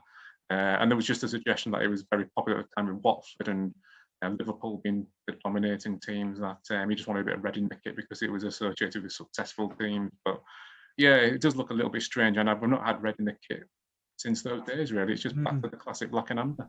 Oh, this is what I mentioned in a podcast recently, Tom, wasn't it? I love those Watford colours, the black, red and yellow, and that's probably why I'm drawn to the socks. Yeah. They are brilliant socks. Yeah. Can we have a wee look at some of the stats we've pulled out? So that's some of the players there. So that's the players from the 85-86 season. Billy Askew, Stephen Brentano. So that's just their appearances we've pulled out there. And we get a list of the results from that season. And I don't know if you can see that well, Nick, if you can pick out any. Yeah, I think from the slide you showed me with the goal scorers and the appearances, the amazing one there is Stan McEwen. I think he's got 10 goals from about 40 appearances and is a centre back. He was a penalty taker and the free kick taker, and I can still kind of picture him just literally. He had that kind of like Stuart Pearce approach to free kicks, where he would just run up and absolutely just leather into the top corner. But 10 goals from the centre. It gives you the penalties there, so it's 5 penalty kicks. 5 penalties, right? Okay, yeah. So that's, 1 in 4 from your centre back's not bad going, is it? So that's one that stands out to me. And I'm pleasantly surprised to see Andy Flounders, who got 10 in 20, because he was kind of the third choice striker, really, behind Big Billy before he left, and Frankie Bunn. Frankie Bunn went on to score 6 in one game for Oldham a couple of years later, if you remember that one in the League Cup. I think it was against Scarborough. So, he was kind of like the pinnacle of the team at the time, was Frankie Bunn. Yeah, so there's not a great distribution of goals there, is it, really? It's kind of mainly within the strikers, I think, plus you one freakish centre-back who's knocking in double figures for you. And so we look at some of the results there. Full Members Cup. Yeah, that was I remember that one well because we lost ultimately over 2 legs against Manchester City in the Northern final, and that would have been Hull City's first trip to Wembley. I'd have been 11 years old. That'd have been absolutely amazing to go to Wembley with Hull City at that point, and it took another 22 years after that to get there. So yeah, that was a bit of a killer, was to kind of get so close and miss out. But I think for a promoted team to come up and finish 6th in the Old Division 2 was quite a feat, really. So yeah, there's some big wins and some big defeats there, isn't there? Kicking around like a 5-0 drubbing at the Den. I guess nobody wants to go there, do they, particularly? 2-1 victory over Leeds United. That would have been. Always a pleasure to beat Leeds United. That would have been popular. And Grimsby Town as well. It's one of those funny kind of derbies that never happens. I think this is probably the last time the clubs played each other. Maybe the season after, but there's been a huge gap where one of the two clubs has been kind of as high as League One in old money, if you like, Division 1 in old money, and the two teams never crossed paths, despite only being 25 miles apart. So yeah, it's interesting to see Grimsby Town on there, which is a rarity. Well, it's a double over Leeds United, so we've moved on. We'll have that. We'll have that one in the bank. End of the season, a couple of home games, Norwich City and Brighton, 1-0 and 2-0 wins. Yeah. So I think you look at that and you just wonder, don't you, if the playoffs had been enforced in that season instead of the one after, you're going into it on the back of 2 wins. Yeah. Who knows? It could have been a promotion season. But as you see that they're coming in April, so there's 5th at the start of April after Grimsby, and then there's 1, 2, 3 draws and a defeat, and you drop down to 7, and then 2 wins, and then up to 6th. So maybe just that form in that period there in April, maybe, I don't know if you could have climbed into 3rd, but yeah, I think when you see the final table, I think it was about 8 or 9 points for finishing 3rd. There's a fair gap, so I think it was over in that sense, which I guess was kind of always a problem, wasn't it, in the pre-playoff days, was that the season was over for too many clubs too early. But yeah, you kind of think, if you sneak into the playoffs on the back of 2 wins, who knows? It might have been. I mean, chances are probably not. You don't tend to get promoted when you finish 6th, but it could have been. You just never know. I've just done a quick check there on all of the last 20 home games across all competitions. You only lost 2 games at home. Wow. That's some home record. Yeah, maybe that's why I used to keep going back, because it was we never used to lose. Yeah. Right, Andy. So we move on to focus. Yep. So we're going to jump out the magazine here, Nick, and we're going to do a focus on yourself. So I'm going to throw some questions at you. So here we go. Full name? Nicholas James Quantrill. Birthplace? It's Hull. What was your first car? My first car. I was allowed to drive my mum's Mini Metro. It was kind of this horrible sky blue thing. It was like I think it was a 1-litre engine. It was horrible. I was one of these annoying people who passed my driving test, I think, about 3 months after I turned 17.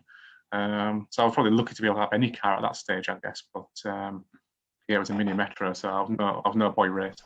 Okay. Who's your favourite player? My favourite player. It's always a toss-up between the kind of the sheer brutality of Billy Whitehurst. When I was growing up, he was kind of my hero when I was like 10 and 11. But I think probably Diego Maradona. What can you say? What's probably said about Maradona? I mean, it's not just the football, is it? It's the whole package with Maradona.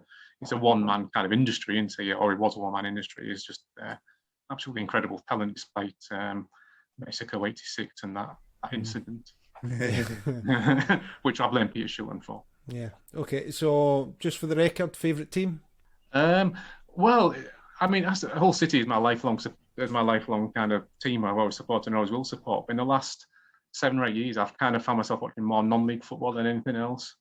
So I'm more likely to go and watch North Ferriby at the moment, and I hugely enjoy the North down to non-league football and North Ferriby's been like Hull City. It's been an absolute basket case of a club. It's gone from winning the FA Trophy and playing in the National League to literally going bust and starting again at the very bottom of the non-league pyramid. So, that's been quite a ride as well at the same time. And getting involved with the fanzine down at North Ferriby and writing for that. I kind of rediscovered my love of football through non-league football, I think, really, in the last sort of 10 years. So I kind of split between the two teams, but I'll probably more inclined to go and watch non-league football given the choice. Okay. What's your most memorable match? Oh, most memorable match.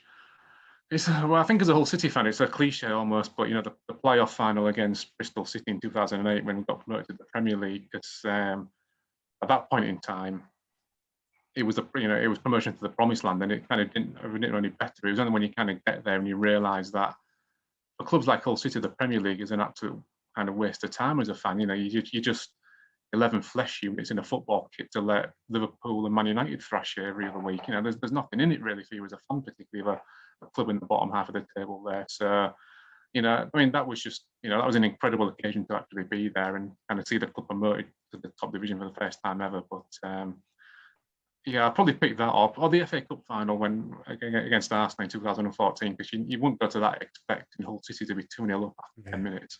That was just, it was like an out-of-body experience when the second goal went in. I think I fell about a flight of stairs at Wembley downwards. And there was just this kind of like, it was almost like an out-of-body experience where the second goal goes in and there's this like, time stops for a second and everybody looks at each other. It's like, has this just happened? It was an incredible kind of moment where everybody just looked at each other and then just went absolutely mental. It was unbelievable. And then you kind of obviously start to think, well, we've scored too early now. We shouldn't have gone 2-0 up after 10 minutes. But yeah, that was just, that's the kind of thing you never think it's going to happen as a Hull City supporter, never. Yeah. So I'd probably pick one of those two games, yeah. Okay. What's been your biggest thrill? My biggest thrill? Well, I don't think my wife's ever going to listen to this podcast, so I can probably park getting married and having a child to one side, can't I? And I think as a writer, when you get a book published, actually seeing your work as a book is an incredible moment and one I wouldn't take for granted. So that's a massive thrill. I think biggest thrill. I've had a lot of thrills ever recently. We've been on lockdown for I don't know how long. So what my daughter loves football. She's 10 years old, coming up to 10 years old. She plays for a team. And she made a debut for a new team at the beginning of the season, and all she wanted to do this year was score a goal for her team.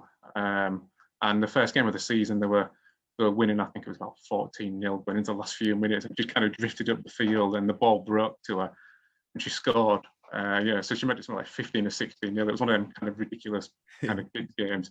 And she ran off like giving it the full Marco Tardelli celebration for the World Cup 82. And, it was just, I just felt it was just amazing to see her kind of experience the joy of football and do that. That was a massive thrill, really. And I love watching her play football and kind of getting the enjoyment from it that I used to get as a kid. And that sense of friendship from it and being part of a team and working like that. So, it's a massive thrill to watch my daughter play football. Okay, lovely. Okay, what's been your biggest disappointment? Oh, in the football sense, I don't know. I guess discovering what the Premier League was like for Hull City was a massive disappointment. That sense of that you're just there to make up the numbers, and then you kind of add along to it the ownership issue. You've had owners trying to change the name from Hull City to Hull Tigers because they think it's more marketable to a foreign audience. And the removal of concessions at the club. So if I wanted to take my daughter along at that point, she'd be paying a full adult price to go. It was just a series of disappointments. I really feel like the club massively let the fan base down, and that damage has been kind of slowly repaired. But the owners are still there; the alarm's still on the club, and it's going to fester and fester until they go. So that's just been a massive kind of ongoing disappointment to me. Has been the way Hull City have conducted themselves over the last decade. Okay, what's the best country that you visited? Oh, best country. I'm a massive fan of Iceland. I've had the pleasure of going a couple of times to Iceland, once on holiday and once to actually talk about my work as a writer at a crime festival there, which still my wife hates the fact I went by myself to Iceland for a few days and she didn't get to go with me. But Iceland it's like nowhere else on earth, really. You kind of land in the airport and you're about 40 miles away from Reykjavik, and you kind of jump on a bus to get there, and it's like driving kind of on the moon almost. Everything's like the side's full of volcanoes and craters. It's just like nowhere else you've been, really. I think Iceland. So and you kind of get to Reykjavik, and it's a really kind of interesting and cool city, and it's actually twinned with Hull, so it's kind of got quite a Northern England vibe to it as well. So yeah, I really like Iceland an awful lot, and so I'll probably pick that and possibly Portugal after visiting Lisbon. Those are the two I'd pick out. I'll go for Iceland if you really made me pick one. Okay. What's your favourite food? Favourite food? Oh God, I'm a terrible eater. I'm not I'm the kind of person who would go somewhere and pore over the menu for I don't know how long and then have the burger to see what it's like. See how it compares to other ones. I would probably pick pizza. Pizza. Pizza, yeah. Or maybe Italian to sound a bit more sophisticated. Okay, yeah. Okay, miscellaneous likes. So give me 2 things that you like doing. 2 things I like doing. Well, I guess I've always been a massive reader, which I guess is important if you're a writer. So I'm always reading. I love reading. I always have done. And music. Yeah, I'm a big kind of music collector. I love kind of buying new music and listening to music. So yeah, those are kind of the 2 things I do, I guess, outside of football, work, and writing. Okay, and on the flip side, miscellaneous dislikes. So 2 things that drive you. 2 things I dislike. I try to avoid things I don't like these days. I think you get to a certain age, don't you, where you can kind of almost feel like you know yourself enough to ignore them. But I'd probably go for dogs. I hate dogs. I got bitten by one when I was younger, and I've just hated them ever since. There isn't a single dog I like. So dogs are on my list, and probably most adults, to be fair. I hate doing the school run. I'm to kind of like stand at the school gate. I hate that. Right. Okay. The dogs thing is going to lose you a lot of friends. I can imagine. I don't commit violence upon them. I just don't pick them. I just choose to cross the road to avoid them. People will more accepting you saying I hate humans, I hate human beings, but as soon as you say I hate dogs, yeah, you hate animals. It's like you say never kill them off in the pub, because then you're just going to get a load of hate. Okay, next one. Favorite TV show of all time.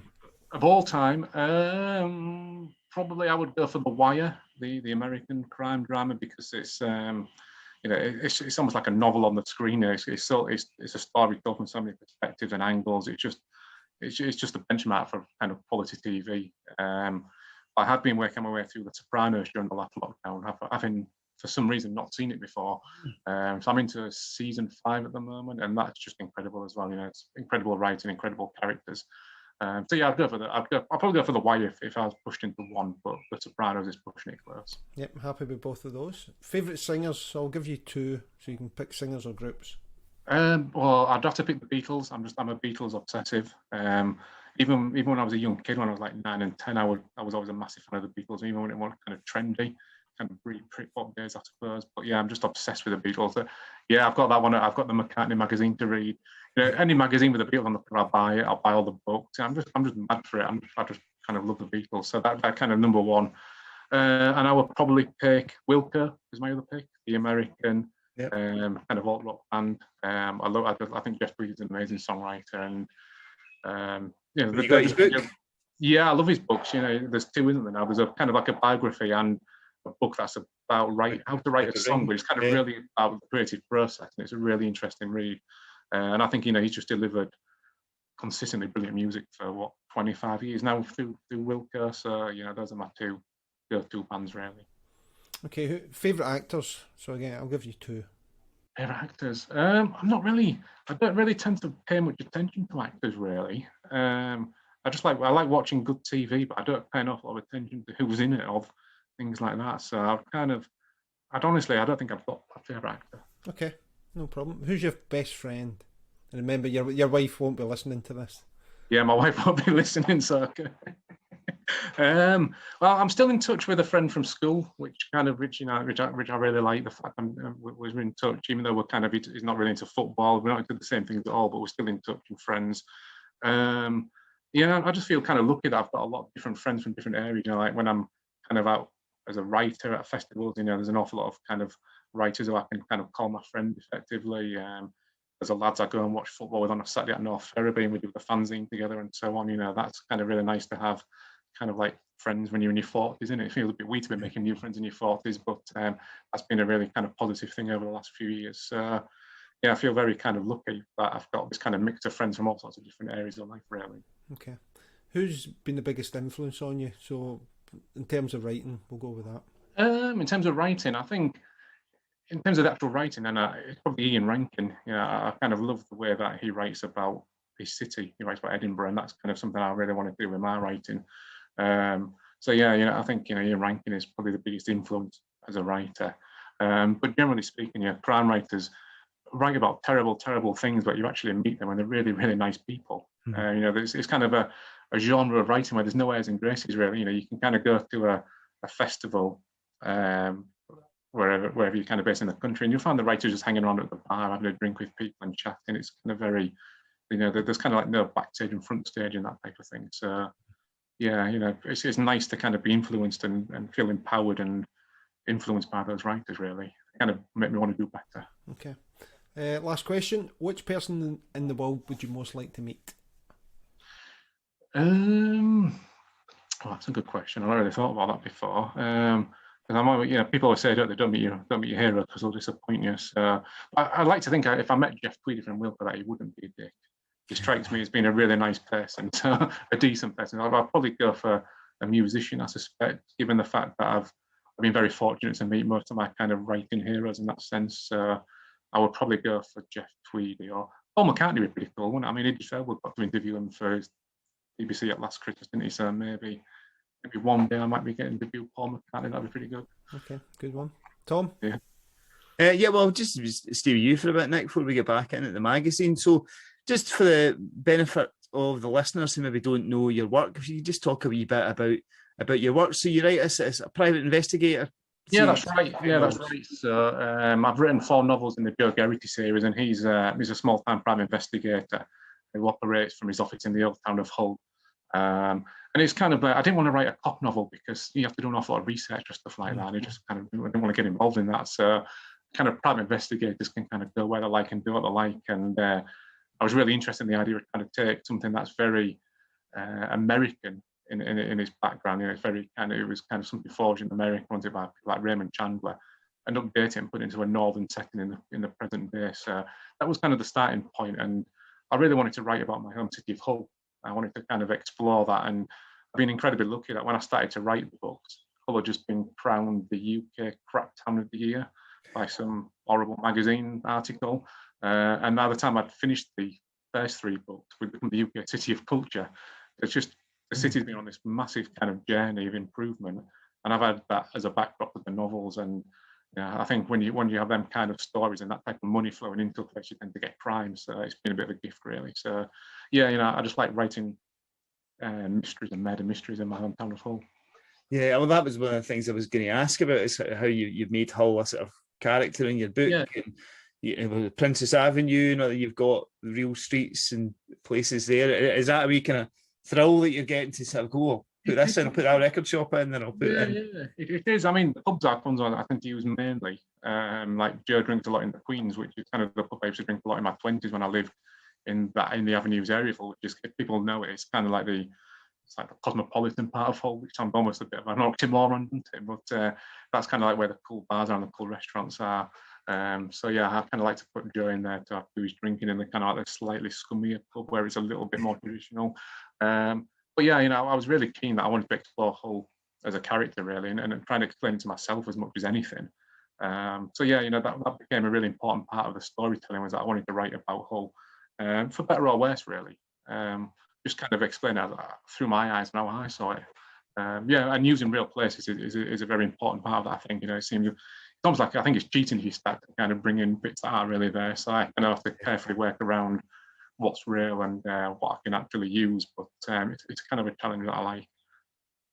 Yeah, and just again, you touched on it. I was just going to ask you a wee bit about Hull as a sort of creative city. Obviously, we had Russ Litton on last year, another writer from Hull. Is there a wee creative hub there? There is. It's been, I think, the City of Culture here really kind of give people permission to be creative. There was a lot going on before that, but when the money came in and the opportunities came in to do things, like I got the funding to put on a crime writing festival with some other crime writers, which brought 40 writers from around Europe into the city, and we did it in a big venue, and it was brilliant. But we only got the opportunity to do that because of the City of Culture program. But it really gave people permission to go out and do what they wanted to do, and there is a really good, strong writing scene. Say people like Russ Litton, who's been on the podcast before. Louise Beach is doing really, really, really strongly at the moment. It's like there's a whole kind of scene of writers, really, and it's kind of it's nice because on one hand it's kind of competition for you as another writer, but it's your friends at the same time. They're the kind of people who understand what you're doing and what you go through to do it. So there's a really nice kind of there's kind of a nice scene in the city around writing, whether it's crime writing or poetry or playwriting, whatever it is. There's a really kind of vibrant scene at the moment. It's a good place to be. All right, okay. So we go back to the magazine. So we jump to page 25, which is worldwide. So page 25 is worldwide, compiled by Tony Roach, and there's a few wee interesting things here to pull out. So first one I'm going to look at is Counties man for Mexico, which is Rashid Harkouk of Notts County has been snapped up by Algeria in their quest for World Cup glory. County's inconsistent but talented striker. Inconsistent but talented striker is named in Algeria's 40-player squad. But the Algerians are more concerned with his experience of British football, specifically related to the selection of Northern Ireland in their Group D, than they are in his current playing record for the third division promotion hopefuls. Is he a player you remember at all? No, he isn't, to be honest. But there's a few coded words in there, aren't they, about talented but inconsistent. It's almost coded into it for these foreign players that can't cut it on a Tuesday night in Stoke type of thing. I don't remember him playing, to be honest. But it's actually I guess not surprising because he did go to the World Cup. He was actually from he's actually a Londoner.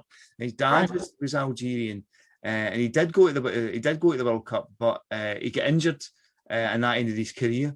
He got injured in a tackle by Goycochea, the butcher of Bilbao. If you remember him, he was the guy who broke Maradona's ankle. He had I think he sort of blamed it on the pitch. He sort of turned him and he done his knee in on the pitch. But just looking Rashid Harkouk up, he's a kind of interesting guy. He was a sort of cult hero at Crystal Palace, and he's had a few brushes with the law as well, which I think made him a kind of interesting character for me. He got a suspended sentence in his early days for passing off counterfeit notes, which he said that he got when his team played a prison team. He ended up with a load of counterfeit money, and after his playing career, he got I think 28 months in jail for conspiring to supply illegal amphetamines. So it's quite an interesting character. Yeah. I played against a prison team once, and I never got left with dodgy money from that. It was very much you counted in, you counted out, when you're not allowed to take anything in other than your football boots. So that's an interesting story. So another couple of wee things there is about Bernd Schuster. I hear that West German sportswear giant Adidas, concerned with the decline of the national team just when excellence is needed most, has offered Barcelona's rebel star Bernd Schuster £400,000 to reconsider his anti-national team stance and play in their World Cup midfield in Mexico. Far-fetched? Let's hear it from Adidas that I am wrong. I thought that was interesting. And Adidas did used to do a Bernd Schuster boot. Yeah. But he quit the national team in 1984 and never came back. Played with Barcelona and Real Madrid, but I think he'd have fallen out with the national team manager and just refused to come back. Yeah, it's interesting to say about the decline of the national team, because obviously we know that go on to reach the final of Mexico 86, and it's only the brilliance of Maradona that really kind of undoes them in the end, isn't it, I suppose? So, if that's a team in decline, then... Another wee bit there, Falcao shock. Roberto Falcao, whose transfer from AS Roma to Sao Paulo ensured his inclusion in the Brazilian World Cup squad, has shocked Italy by declaring that he will be back after the 1986 tournament. Falcao, a star of the 1982 tournament in Spain, admitted, "I was worried that I would miss the 1986 finals if I was still playing in Europe." I thought that was interesting, and I don't know if this is kind of skewed because you hear English commentary, but they're always sort of big up the South Americans who play in Europe, and like I said, I don't know if that's a sort of English commentary, like, oh, they must be good because they've moved from South America to Europe. But interestingly, that he moved back to South America to get his place in the Brazilian squad. Yeah, true. It's interesting to see the reference to Mario Kempes as well, isn't it, at the bottom of the page, because he feels like he belongs to a different generation to the 86 World Cup to me altogether. Yeah. But it's only 8 years past Argentina, isn't it? It's entirely feasible he was still playing and trying. Yeah. So Kempes, goal-scoring sensation of the 78 World Cup finals in Argentina, has been told his proposed transfer to Austrian club Vienna has been postponed. The second division Austrians were sure of clinching the deal before the end of their season, but Kempes' current club, Hercules Alicante, refused to release him until they are out of relegation danger in the Spanish league. Interesting. You spotted anything else there in that worldwide page? No, I was looking up. I knew I had a focus on Rachid Harkouk, and guess what his favourite food is? Steak and chips. Steak and chips. The boy doesn't let us down. Yeah, okay then. So let's move on to the David Speedy. Okay, so this is probably the most 80s article you're going to get and shoot. So it's headlined "Speedy Gets the Bird," and it's a double-page colour photo spread, and it's Chelsea's David Speedy and beautiful Erica Preston, who was a page 3 girl at the time, and it's so they've set the two of them up here basically in the gym at Stamford Bridge, and then out on the pitch for a little bit, and in the boot room with David Speedy, apparently a photographer, taking pictures of her. When he's not shooting goals for Chelsea, David Speedy is a real snapshot. The little Scotsman is a keen photographer and dared shoot to arrange a session with one of the sizzling page 3 girls. The beautiful Erica Preston didn't take much persuading when we asked if she'd like to work out at Chelsea under David's watchful eye. I've often wondered what exercises footballers have to do to keep fit, says Erica. I have to watch my figure and keep in shape, so perhaps I'll pick up a few tips. David couldn't believe it at first when told Shoot had fixed it. I've dreamed of the chance of photographing a top model, he said. I'm so excited. I just hope I can keep my camera steady. So a lot to unpack. Yeah. In that. Any thoughts on this wee feature? It's like kind of an outtake from Hello or something, isn't it? It's dreadfully of its time, isn't it? I'm quite surprised to see it actually in there, because even I'm guessing somebody was reading she was an 11-year-old at the time. That strike was massively appropriate to be kind of reading, but I wonder if my parents ever flicked through the magazine when it came through the door. Yeah, it's the kind of thing that obviously we'll never see the like of again, is it? It's a bizarre piece altogether, isn't it? Really, to be fair, and and I must say, now my daughter's playing football as well, and we're kind of taking much more of an interest in the women's game generally, because she likes to kind of watch and see herself reflected on those players. It's kind of a little bit difficult to swallow down, isn't it, really? So there's a couple of things I've picked out from it. First, the name Erica. It seems to be a name again of its time. When I think of Erica, I think of Erica Rowe, who was the streaker was it Twickenham? Twickenham, yeah. She was a streaker at. And it's just not a name that you really hear much these days. The second thing is Graham's belt. It is a white... David Speedy's belt. Yeah, a white, thin, I'm going to guess leather belt, shiny leather belt. It's not the greatest belt in the world, but again, it's of its time. And I mean, I'm not sure his camera looks particularly impressive either, does it? You think a First Division football would have a slightly more impressive camera. That looks like a cheap piece of kit, really. Yeah. I mean, to be fair to him, he's certainly in that middle foot. He looks a little bit uncomfortable. Yeah, he's got quite glacial expression on his face there. You can see that she sort of knows how to work the camera. Like she's playing up quite well in that picture. But yeah, he looks really uncomfortable. Yeah, whenever I see David Speed, also because he worked down the mines before he became a footballer, didn't he? So it's like just a whole world away from where he would have been not that many years previously. Yeah, there's also that picture there. So David Speedy, another wee picture is on an exercise bike, and Erica appears to be sort of wagging a finger at him. I don't know if that's a kind of just that sort of henpecking kind of trope. She seems to be sort of slightly annoyed with him and wagging a finger. That's how I read it anyway. Yeah, being he's exercising, he's doing his job, isn't he? It seems a strange thing to be getting told off for doing. I think they've missed a bit of a joke, haven't they? Because on the front cover of the magazine, we've got the whole kind of who's wearing Kerry's shirt, then it's not followed up on in there, is it? Yeah. And obviously, we've got the blonde hair, haven't we, from behind on the front cover, the number 9 shirt, like it could be Kerry Dixon. But it's not a page 3 model. It's kind of, I don't know, they've not maybe developed the joke enough to have in the actual article. Yeah.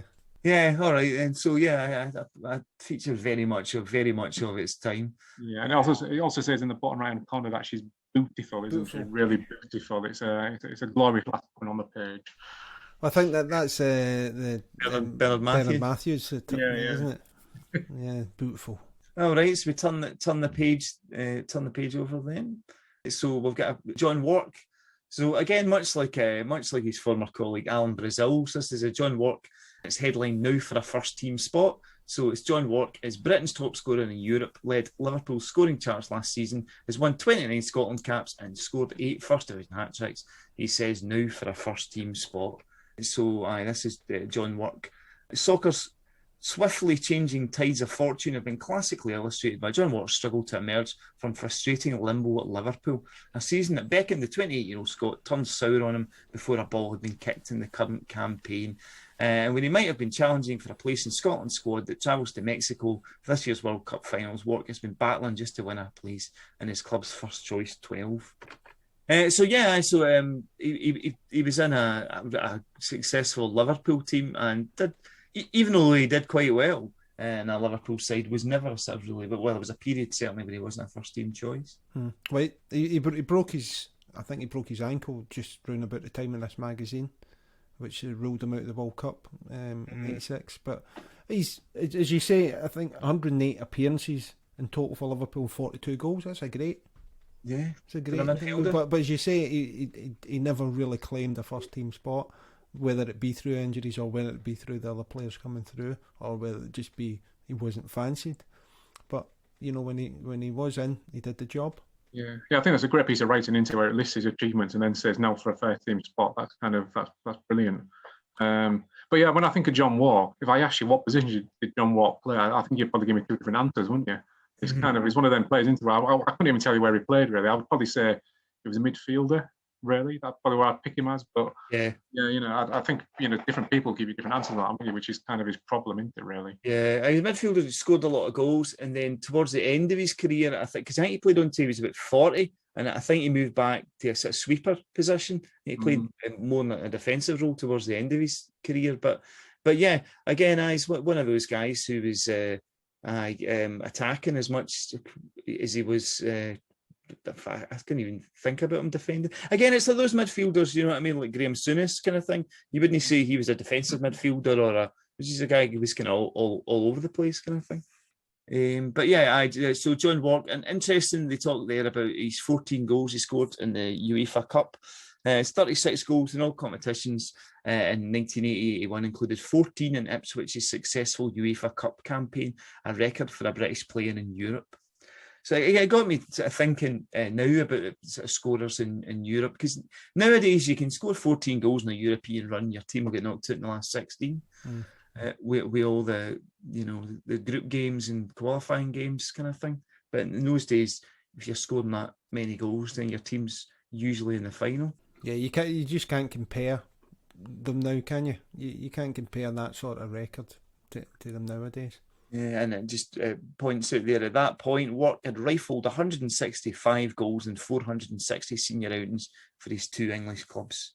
So yeah, that just shows you, even though he was doing quite well and had a good record, struggling to get into that Liverpool team. And as we spoke about earlier on, only one substitute at that time. I mean, nowadays a guy like that would obviously be playing in the squad, playing every week at some point. Yeah, it's before the days of rotation as well, isn't it? Where the 11 was the 11, wasn't it? So I mean, could have probably pitched up at Woodbury Park to play for the reserves midweek or something, wouldn't it? Where that just won't happen anymore, would it? It's massively different times. Yeah. All righty then. So we move on a page or two. Anything here? So 2 pages we've got here. Owen beats injury jinx. That's Gary Owen at West Bromwich Albion, and the other side is frustration. Mick Duxbury of Manchester United. Any thoughts here on either of these features? Well, I like the cartoon more on this page. It was a slightly funnier cartoon than we saw earlier on in the magazine. It's not brilliant, but it's a little bit better. But yeah, I think Mick Duxbury is another of those players, isn't he? That was a bit like John Wark, wasn't he? One of those who could play probably much anywhere on the pitch almost for his team, and would do a decent job, but was never going to nail down first choice space, I suspect. Really, he was kind of almost just slightly below the level that was required for a team at the top end, I would say. Maybe injuries didn't help him in that sense because he did kind of fade away at this point, didn't he? Really, but I remember him as one of those players who was kind of semi-permanently injured really most of his career. That's my kind of perception of him. In the Gary Owen one, did you read about the injury? It was, so he says, what is it? He says, my wife had just cleaned the ceramic tile floor in the kitchen and it was still damp. I went to close the glass door, slipped, and my right leg went crashing through the glass, causing severe lacerations. My natural instinct was to pull my leg back, which meant that the glass cut in both directions. 10% of my calf was severed, but fortunately my Achilles tendon was not damaged. That is absolutely horrific. And he came back from that and played after that. But also he talks about building his own house. And I like what he says, because he qualifies it by saying, well, I never actually build it brick by brick. I sort of helped design it. And because quite often people say, yeah, I've built my own house, and leave it at that. And you think, well, have you really? Have you really built your own house? But he's straight in there to say, well, I didn't put the effort in. I just okayed the drawings. So well done for that. He's wearing a West Bromwich Albion strip that's got in place of a sponsor. It's got that no smoking logo. Yeah, And I think that did they finish the season bottom of the league, West Brom, this season? They went down, didn't they? I think it was a really poor season for him, wasn't it? But that injury just makes me shudder. I don't really want to think about that kind of injury. I don't mind writing horrible crimes, but I can't think about stuff like that. Yeah. The other thing on that page is and I think I saw this in another magazine recently, and I meant to mention it, the advert. So it says, for advertisement space and shoot, please contact, and I just love the name, Terry. There's your new baddie, Terry Edinburgh. It just sounds like a it's a great name. Yeah, he sounds like a character off Phone Jacker or something like that, the TV show. Terry Edinburgh, brilliant. I love it. It sounds like he's what I've read in Welsh novel, doesn't he, or something? That'd be brilliant. Yeah.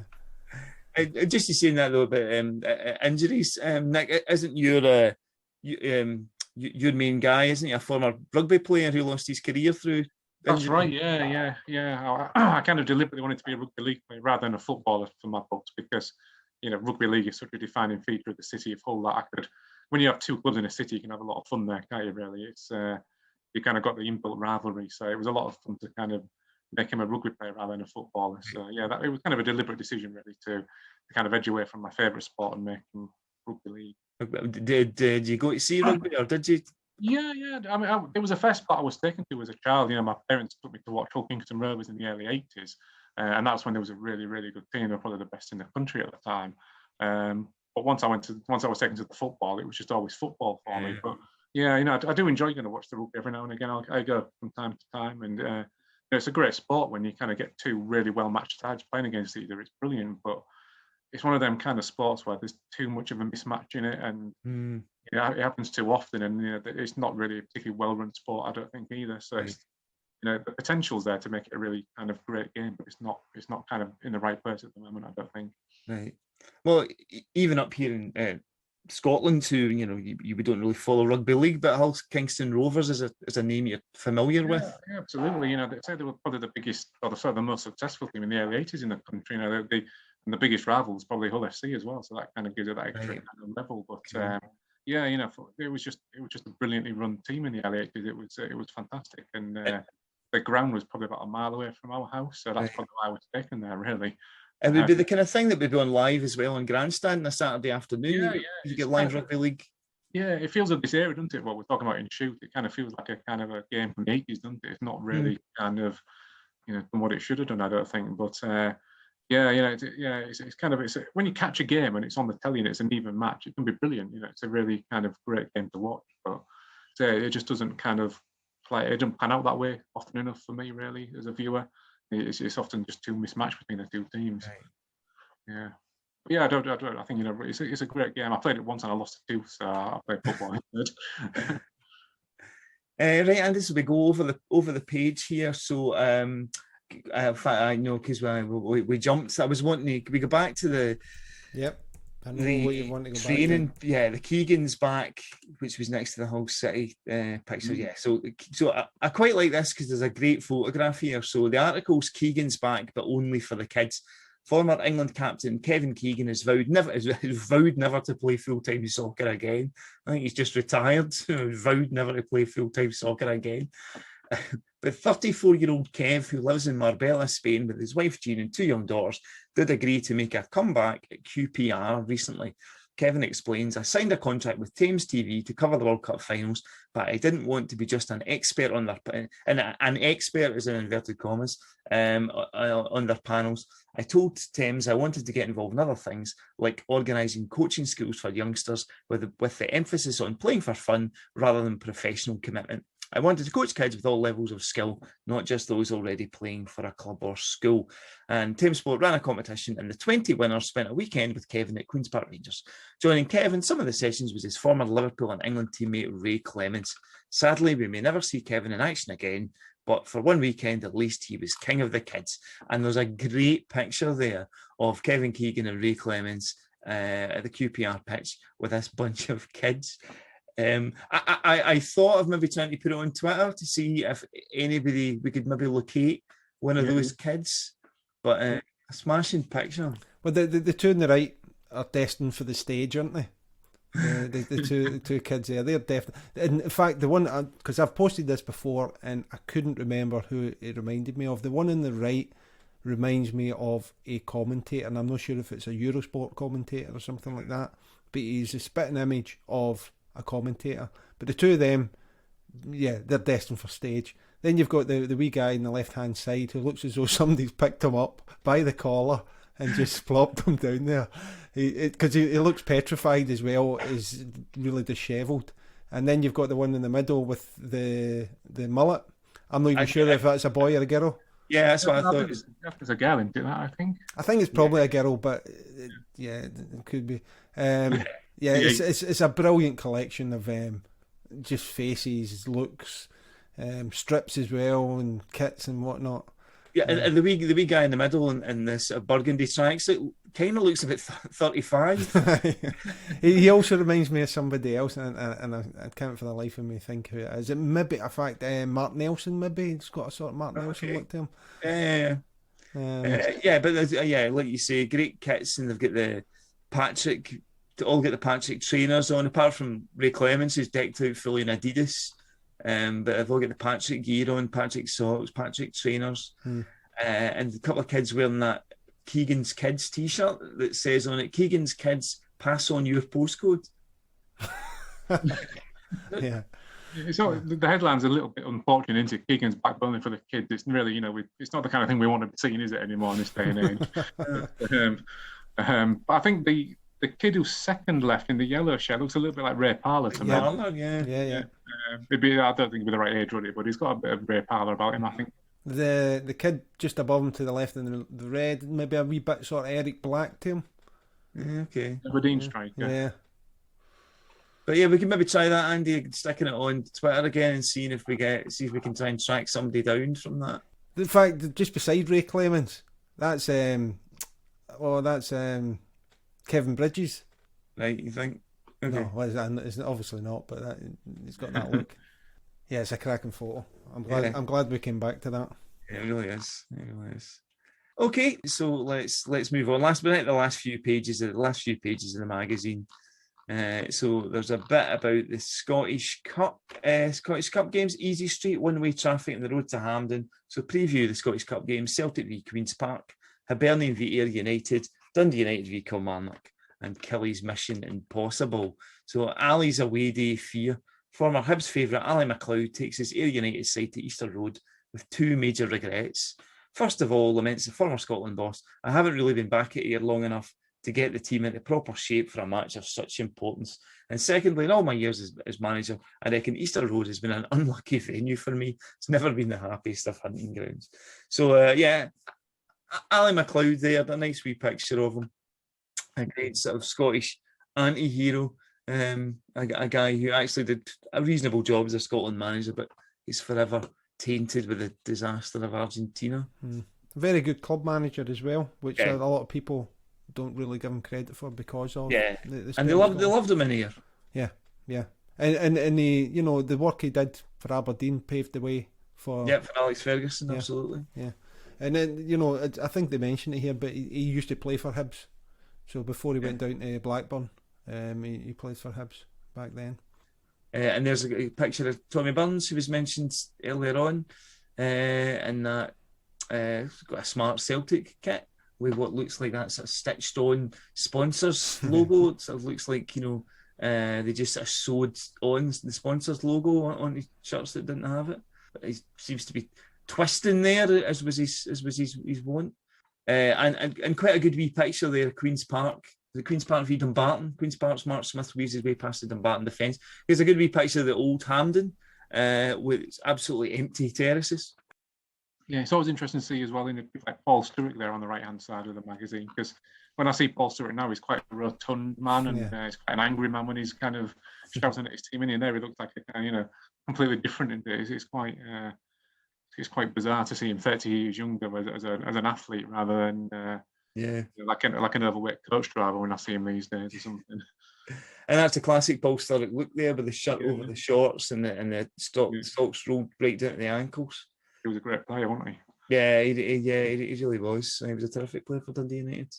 Anything else, Andy, that you've seen? Just the results of it. So they were pretty close. Celtic only beat Queen's Park 2-1. Hibs only beat Ayr United 1-0. Dundee United and Kelly, which is mentioned there, it was 1-1, and United won it on the replay. But the other games so there's other games that aren't mentioned, but Aberdeen eventually won this 3-0 against Hearts. So this was the season that Celtic won the league on the last day by beating St Mirren, and Hearts lost to Dundee, and it was heartbreaking for them. So it was double heartbreaking for them in the cup as well. So they lost out on the league and the cup. So that was a very iconic season, but very heartbreaking season for Hearts, and I guess neutrals as well. Yeah, I don't know if you know, Nick, that wee bit of Alex Ferguson kidology that he did, wee bit of mind games when the Hearts, because the Hearts had lost the league in the last day of the season the week before, and Ferguson had got his players, when the Hearts players come off the bus, for all the Aberdeen players to say to them, hard lines last week. Oh, you were unlucky, boys. Oh, that must be heartbreaking. Just put it into their minds that they lost the league last week. He's one of our own. He's in his own league. But yeah, I remember Hearts losing the league on the last day. That was kind of that must have been awful, because I guess Hearts haven't really been back since then ever. That was probably the last time we've had a team really kind of maybe break the dominance of the Glasgow 2. Yeah, it was. Yeah, they went like 28 games unbeaten or something like that, actually. I think Clydebank had been the last team to beat them in the league, and they went on that run. And Clydebank played them second last day of the season, and they beat us 1-0. But I think they were expecting to beat us maybe 4 or 5. And had they done, because it came down to goal difference, and had they beat us like 4 or 5-0, because we only didn't get relegated that season due to reorganisation of the league. The league became 12 teams instead of 10 the next season. So that was the only reason we didn't get relegated.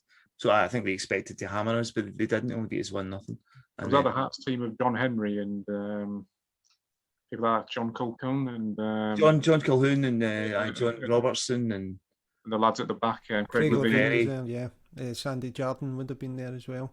I think we've spoken about this before, but Craig Levine was sick for that last game, and so he never played that last game. And a lot of people think if he had played, it would have been a different story. But it's all what ifs, isn't it? All right, okay. So moving to the last page we've got now. So it's a focus on Tony Cotty of West Ham.